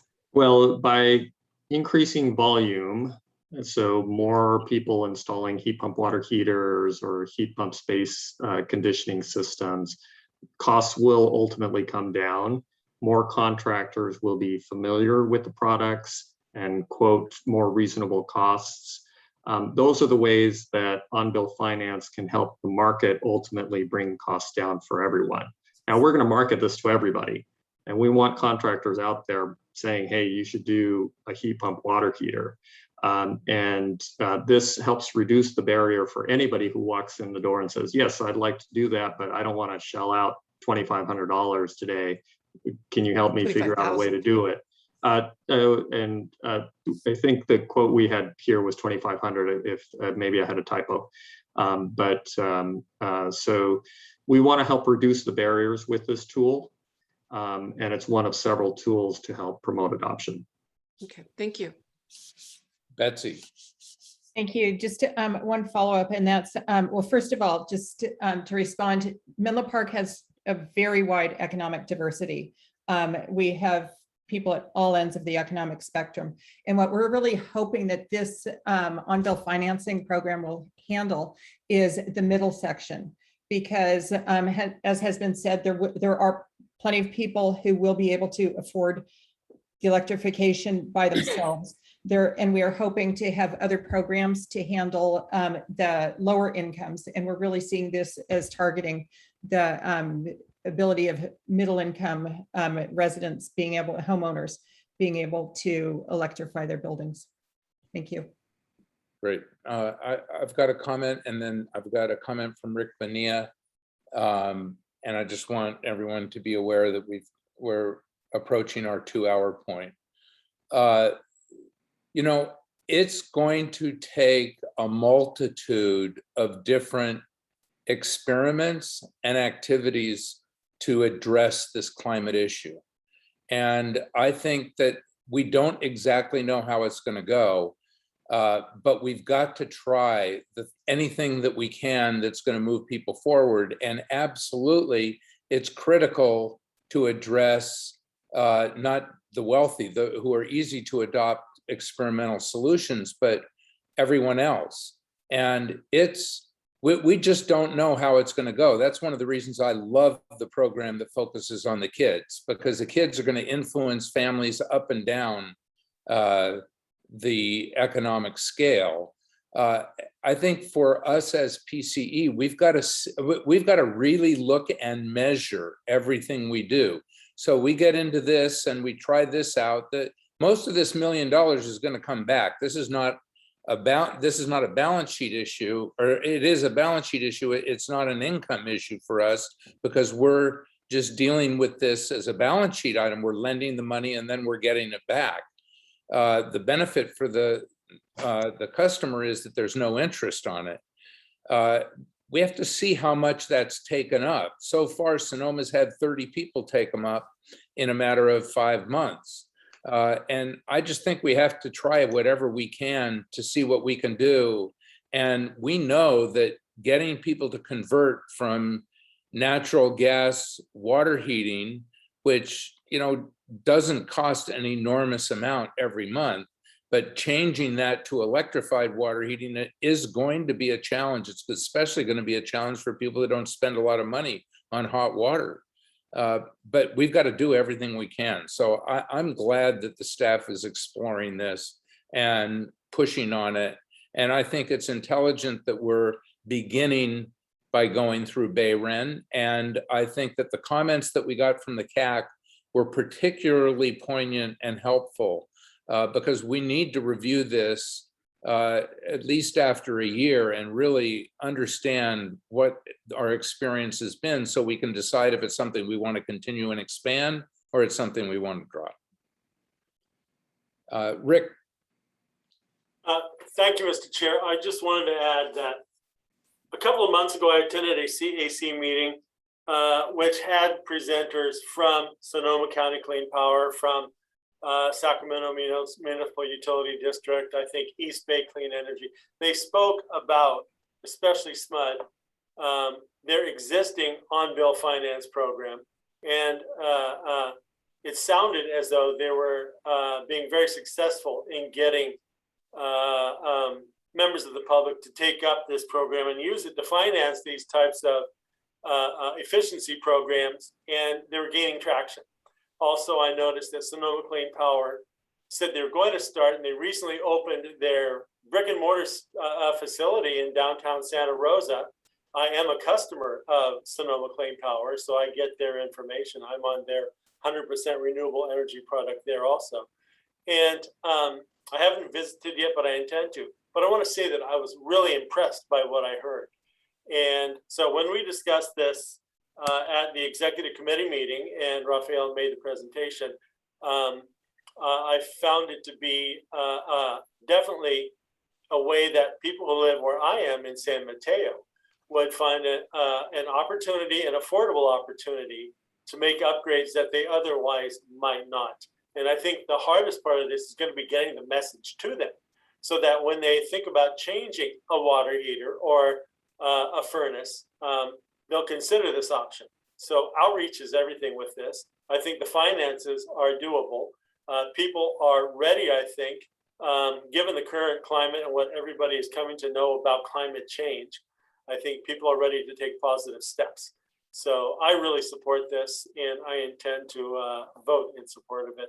And like I say, I think it'll be very helpful for everybody. Okay, thank you, Rick. Jeff? Yeah, I support this too. This is, you know, replacement systems are absolutely a huge opportunity for us. That's a very difficult market to break into. This, I think, will appeal to those marginal cases where someone is looking to replace a water heater with either the cheapest option, which is usually gas, or are willing to go one step beyond and electrify. I think this is a great step, and I'm really excited that staff has been able to bring this forward. So thank you. Great. Okay, I don't see any other questions or comments from the board. Is there any public comment on this item? Diane Bailey. Thank you so much. Good evening, directors and staff. My name is Diane Bailey, and I lead a local community climate group called Menlo Spark, and I also serve on the Citizens Advisory Committee for PCE. I'm here in strong support of the proposed building electrification on-bill financing program. I'll keep my comments very brief. I know it's late, getting late. And my colleague Desiree already outlined the CAC resolution supporting this program and calling for some additional steps. I'm glad that there's some traction for those to be discussed in the future, and I won't repeat them. I just can't emphasize enough what a game changer on-bill financing is in the transition from methane gas to fully electric homes. Taking advantage, and these homes can take advantage of the clean zero carbon electric power that PCE provides. By offering zero interest loans for new electric heat pump heaters and water heaters, this allows households with very limited means to avoid the upfront costs of these installations. It makes it much more affordable. There are many thousands of gas water heaters and furnaces that will need to be replaced over the coming years. As Raphael outlined in his report, about $60 million in costs per year for residential water heaters alone, and a lot of this would really benefit from affordable financing. And so I hope that this can be expanded over time once proven successful I want to note quickly the recent IPCC report's emphasis on methane gas. The report in general confirms that we need to take aggressive action to address the climate crisis, and those actions should include a swift transition to all electric homes and buildings. But it also spotlights the importance of reducing methane emissions over the next few years to avert the worst impacts of climate change. And it's important to note that natural gas is comprised of methane. The two are the same.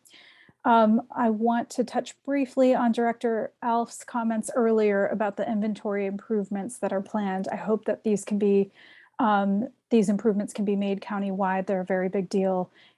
These come from the consulting team that's helping PCE on electrification efforts. They've also recently revised their emissions inventory approach to better account for methane leakage. This is really important. And when all the leaks are accounted for properly, the contribution from methane gas to our local carbon inventories doubles in size. So it's a really important pollutant to focus on. And that means it's important to get the gas use out of our homes and buildings. The gravity of the climate crisis calls for everyone to work together to rapidly transition away from methane gas use in buildings, and this on-bill financing program before you this evening represents substantial progress in support of a wide-scale transition off of methane gas. Thanks so much for your time, and I hope that you'll vote yes for this important program this evening. Okay, thank you, Diane. Is there any other public comment tonight on this matter? I don't see any other public comment. Okay, this is an action item. Can I get a motion to approve the building electrification on-bill financing program as presented? So moved. Romero. Second by Hale, Redwood City. Okay, thank you, Carlos. Thank you, Giselle. Nellie, can we do a roll call, please?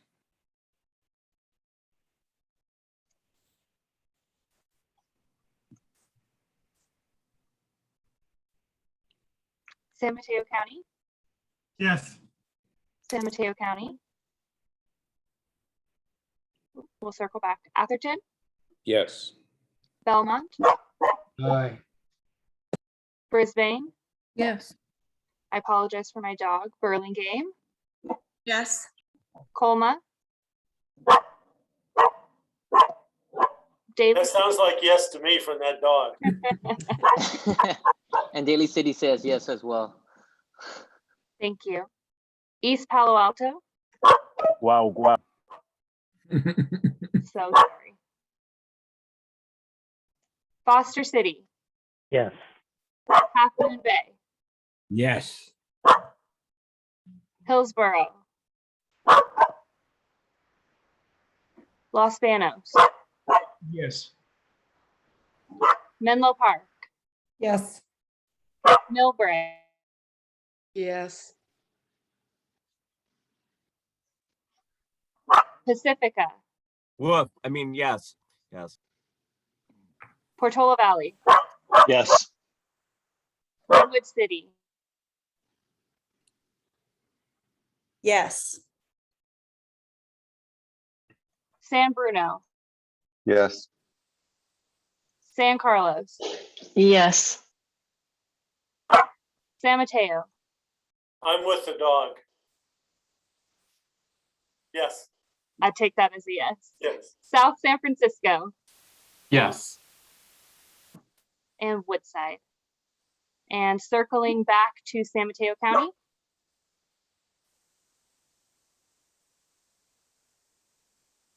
Yes, I would like to vote yes. Thank you so much. The motion passes.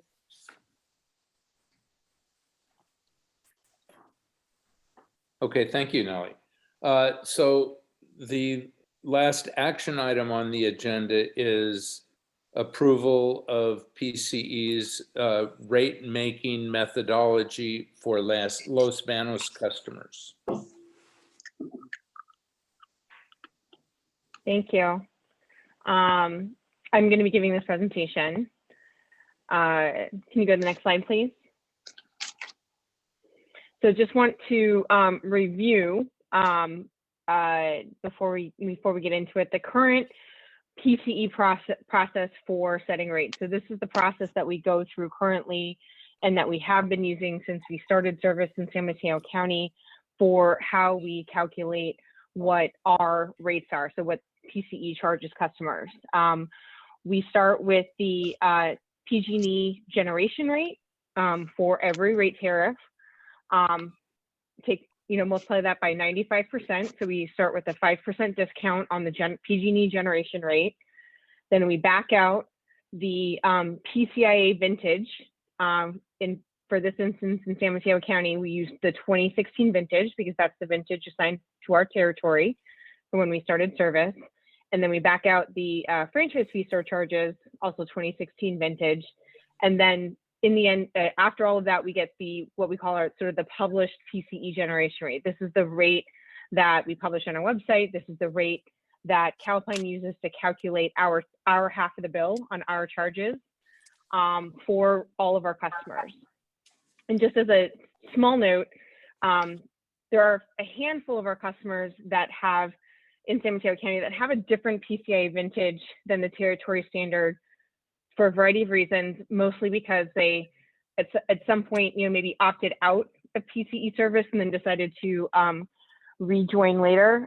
The example I like to highlight for fun is our CFO, Andy Stern, who opted out initially of PCE, but then rejoined when he better knew who we were and came on board to help lead us. So there you go. Next slide, please.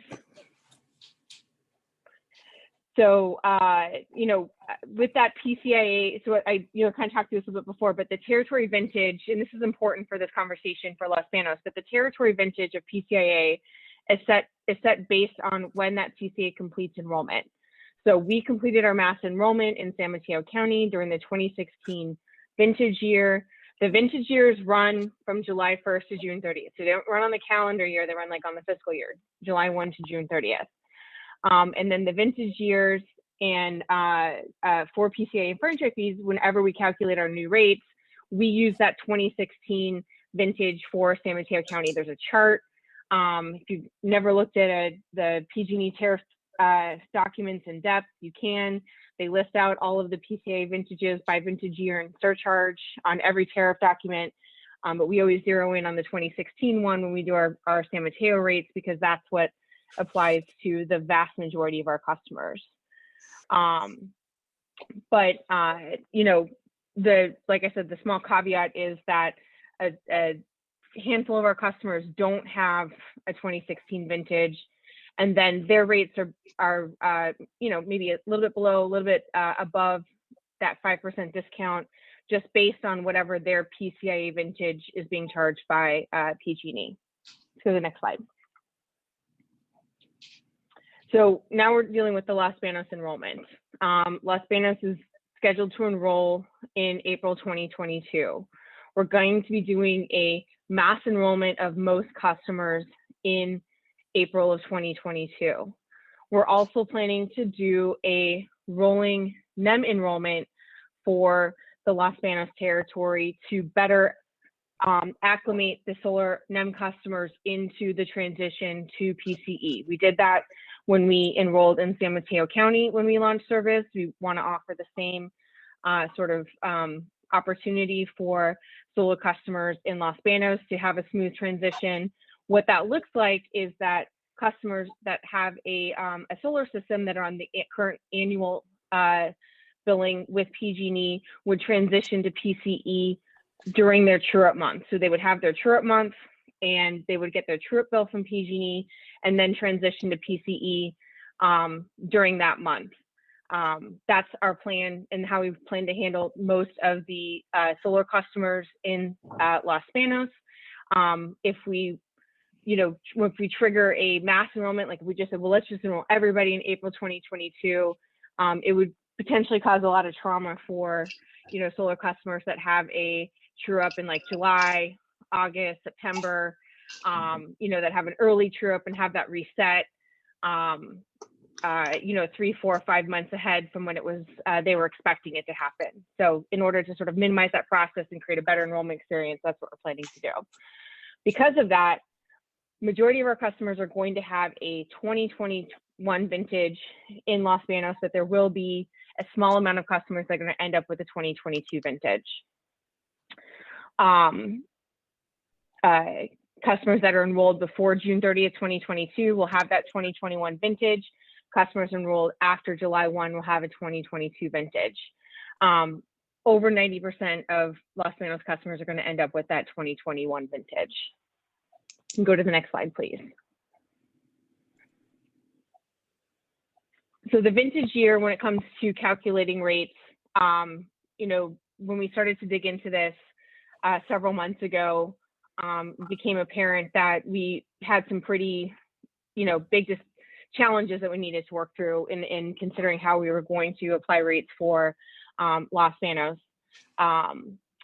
Currently, as we all know, the vintages, the pre-2020 vintages for PCIA have this PUBA adder on them, this half-cent adder, you know, that is making our PCIA in San Mateo County right now exceptionally high. That adder is going to be in place for a couple of years. It's to offset this under collection of PCIA funds that happened in earlier years, and it's factored over the next couple of years. We talked a lot about this several months ago when we were doing our you know, rate presentation for this year, but it comes into play with the fact that vintages, later vintages like the 2021 and 2022 vintage that we're going to be having in Los Banos don't have that PUBA adder on them, because those territories, those vintages were not in effect when that settlement was made. Let's go to the next slide. So after internally thinking about this and having a lot of conversations internally, we decided we really needed to have a you know, a more focused discussion with a subcommittee of the board to sort of present some of these challenges, present some of the scenarios that we had worked out as options for approaching rate making in Los Banos, and that's what we did. So we had a subset of the board get together for a few meetings in the spring. Our board member from Los Banos was part of that, plus a handful of other folks that had a particular interest in this topic, and we met a few times in the spring to discuss some of the options and try to come to a consensus on what we think was the best option for going forward. And then staff came forward with a recommendation to the board that we utilize the same methodology, but essentially that we're using for Los Banos, and then just apply that that we're using for San Mateo County and apply that to Los Banos. So we're going to approach rate making the same way. It is going to end up resulting in two different rates, though. Let's go to the next slide. So we talked about a couple different options with the subcommittee. Got general consensus from the folks that participated in that subcommittee that it was the primary action here was to maintain that promise that we had made to Los Banos of having a 5% discount, and the cleanest way to do that was to really sort of make them their own rate based on the same methodology that we use for San Mateo County. So it maintains a 5% total generation discount for both territories, and we utilize the prevalent PCIA vintage in each territory. So San Mateo County was used 2016 vintage for rate calculations. For Los Banos, we will use the 2021 PCIA vintage for rate calculations.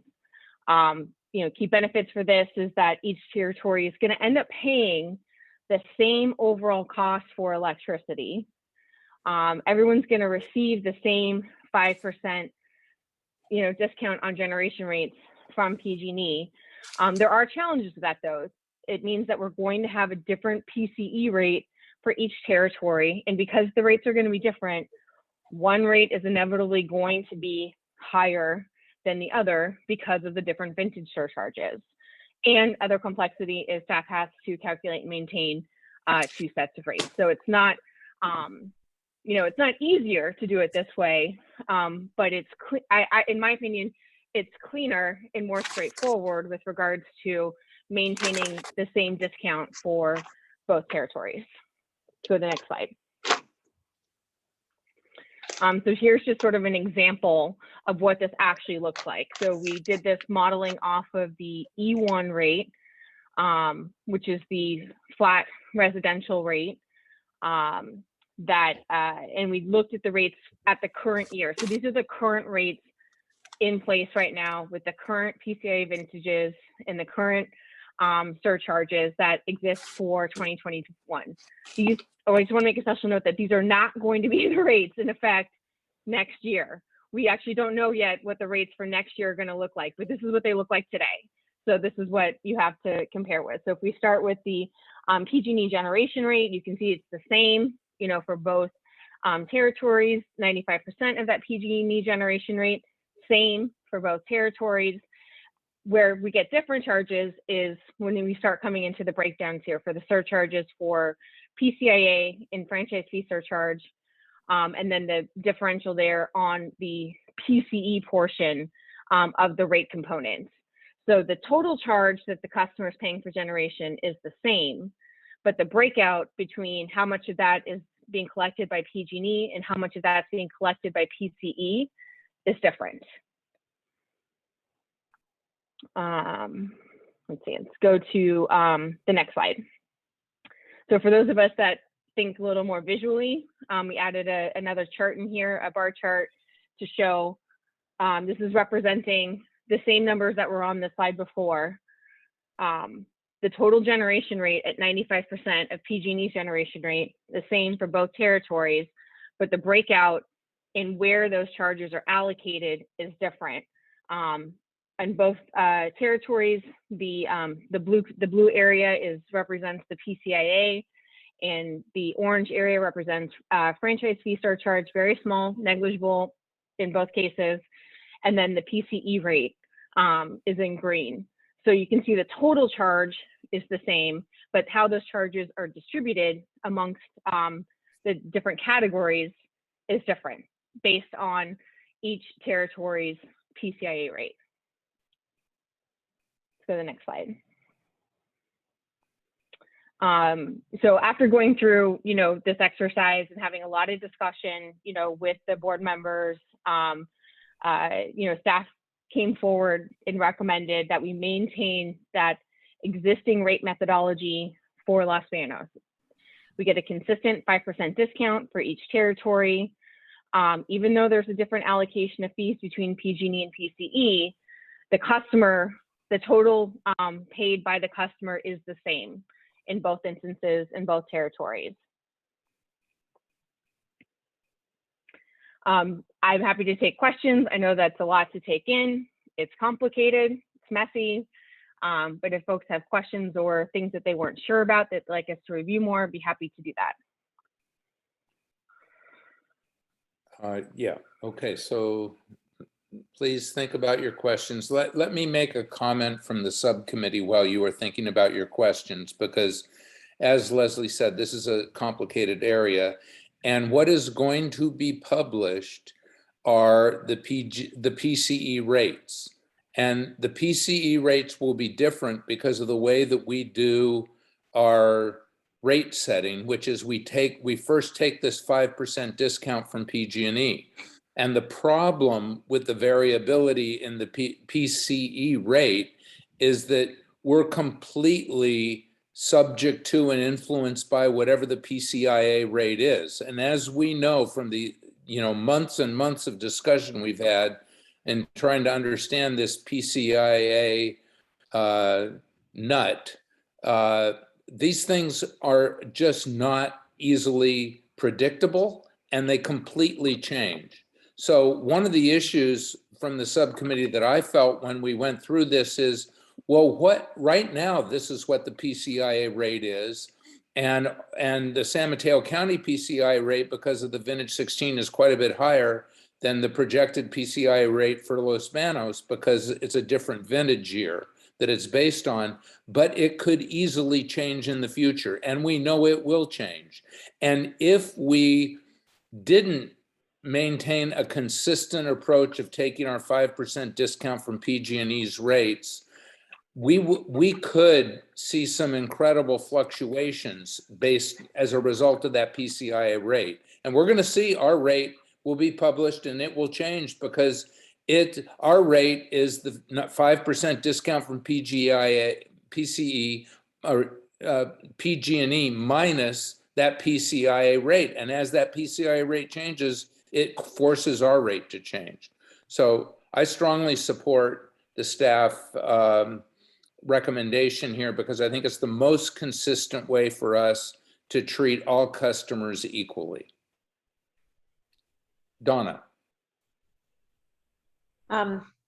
Thank you, Chair DeGolia. I just want to say that I fully support this. The subcommittee spent hours and hours working in numerous meetings with the staff and reviewing every single iteration. And one of the things we really focused on was sort of equity and fairness and making sure that we weren't in any way disenfranchising our new colleagues in Los Banos. And I particularly want to call out Tom Faria for his attendance at every one of these meetings and his objective conversation and leadership around this and helping us get to something that I think was really equitable. I'd love to hear from Tom. He doesn't have his hand raised, but I'm sorry, I was looking for a hand. Looking for your hand? Okay, good. See, I called on you. Yeah. He did a really great job of keeping the conversation on course and balanced and representing his constituents. And every single ratepayer in Los Banos should be very happy for his representation on this board and his advocacy. So with that, I'll turn it over to Tom. Thanks. Yeah, we discussed a lot. And of course, as the mayor of Los Banos, I would love to take advantage of the lower PCIA rate that Los Banos has right now. But we're part of this large organization called PCE, and these PCIA rates could change in the other direction anytime. So this way it's fair and even, and everybody in the same organization is paying the same fees, the same rates. And we're very pleased to be part of it. Thank you. Great. Thanks, Tom. Rick Bonilla. Thank you very much, Mr. Chair. I too was a member of this committee, and yeah, we struggled with this. We found, I believe, the fairest way possible to go forward. So without belaboring the point, I completely concur with everything that the other board members have previously said. And I say thank you once again to Los Banos for joining with us and going through this process with us. Thank you. Great. My pleasure. Any other question or comment from anyone on the board? Is there any public comment on this matter? Okay, I don't see any public comment and I don't see anyone from the board raising a hand. Can I get a motion to approve the proposed rate? Is it the rate policy that we're approving, Leslie? We're not approving the exact rate because we don't know. No, I called it the rate making methodology. So the methodology. So and it's a board action. It's not just direction. Yeah. Okay. Yeah, it's a board action. It's a resolution. Great. Yeah. So can I get a motion approving the resolution for this rate making methodology for our new Los Banos customers? I'll make the motion, Mr. Chair. This is Carol. Thank you, Carol. A second. All right. Thank you, everyone. Sorry, Tom. Tom seconds. That's all right. So I've got a motion from Carol and a second from Tom Faria. Can we have a roll call? Certainly. San Mateo County. Yes. San Mateo County. Yes. Atherton. Yes. Belmont. Aye. Brisbane. Yes. Burlingame. Yes. Colma. Daly City. Yes. East Palo Alto. Yes. Foster City. Yes. Half Moon Bay. Yes. Hillsborough, Los Banos, Yes. Menlo Park, Yes. Millbrae, Yes. Pacifica, Yes. Portola Valley, Yes. Redwood City, Yes. San Bruno, Yes. San Carlos, Yes. San Mateo, Yes. South San Francisco, Yes. and Woodside. And the motion passes.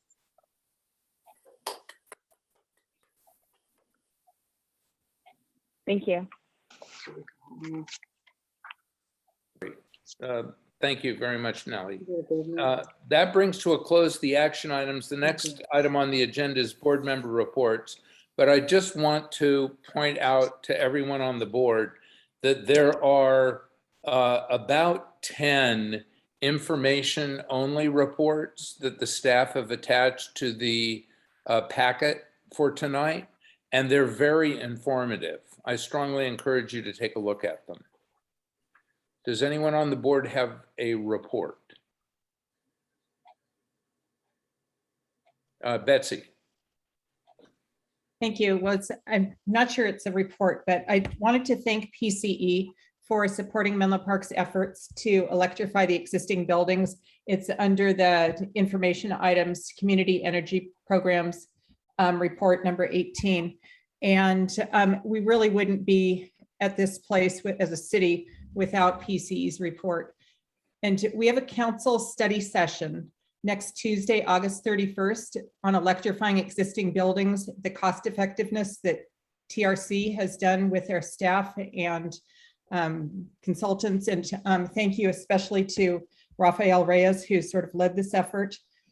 And if any of you are so inclined, I can say it would help immensely if you could write a note of support into our council at citycouncil@menlopark.org. So just anyone who feels it would be very much appreciated. Thank you. Rick Bonilla. Yeah, thank you, Mr. Chair. I just want to report that this last Saturday afternoon in San Mateo Central Park, starting at 2 p.m., there was a very lively group of students and other known climate supporters from San Mateo and the area at large, rallying in support of the Carbon Fee and Dividend Act, which is currently still trying to make its way through Congress. I want to say that on San Mateo's behalf, the City Council sent a letter last year in support of it, this year in support of it. This rally included speakers, Assemblymember Kevin Mullen, State Senator Josh Becker, myself, and a lot of students gave very impassioned speeches. There was a lot of chanting, a lot of sign waving. It was really an invigorating event.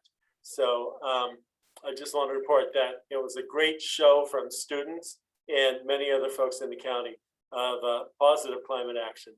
And so when I gave my speech, of course, I reported on Peninsula Clean Energy and the programs we're putting forth and actions that we're taking on behalf of all. And it was all very well received. So thank us all very much for doing what we do here tonight and with PCE in total. Thank you very much. Thanks, Rick. Are there any other board member reports? Okay, I don't see any other hands up. Thank you, everybody. We will see you next month at the retreat on, I think it's the 26th, is it? It's the Saturday. 25th. 25th, right. Okay. Thanks, bye. Have a Thank good you. one. Take care. Thanks, Good everyone. night. Good night.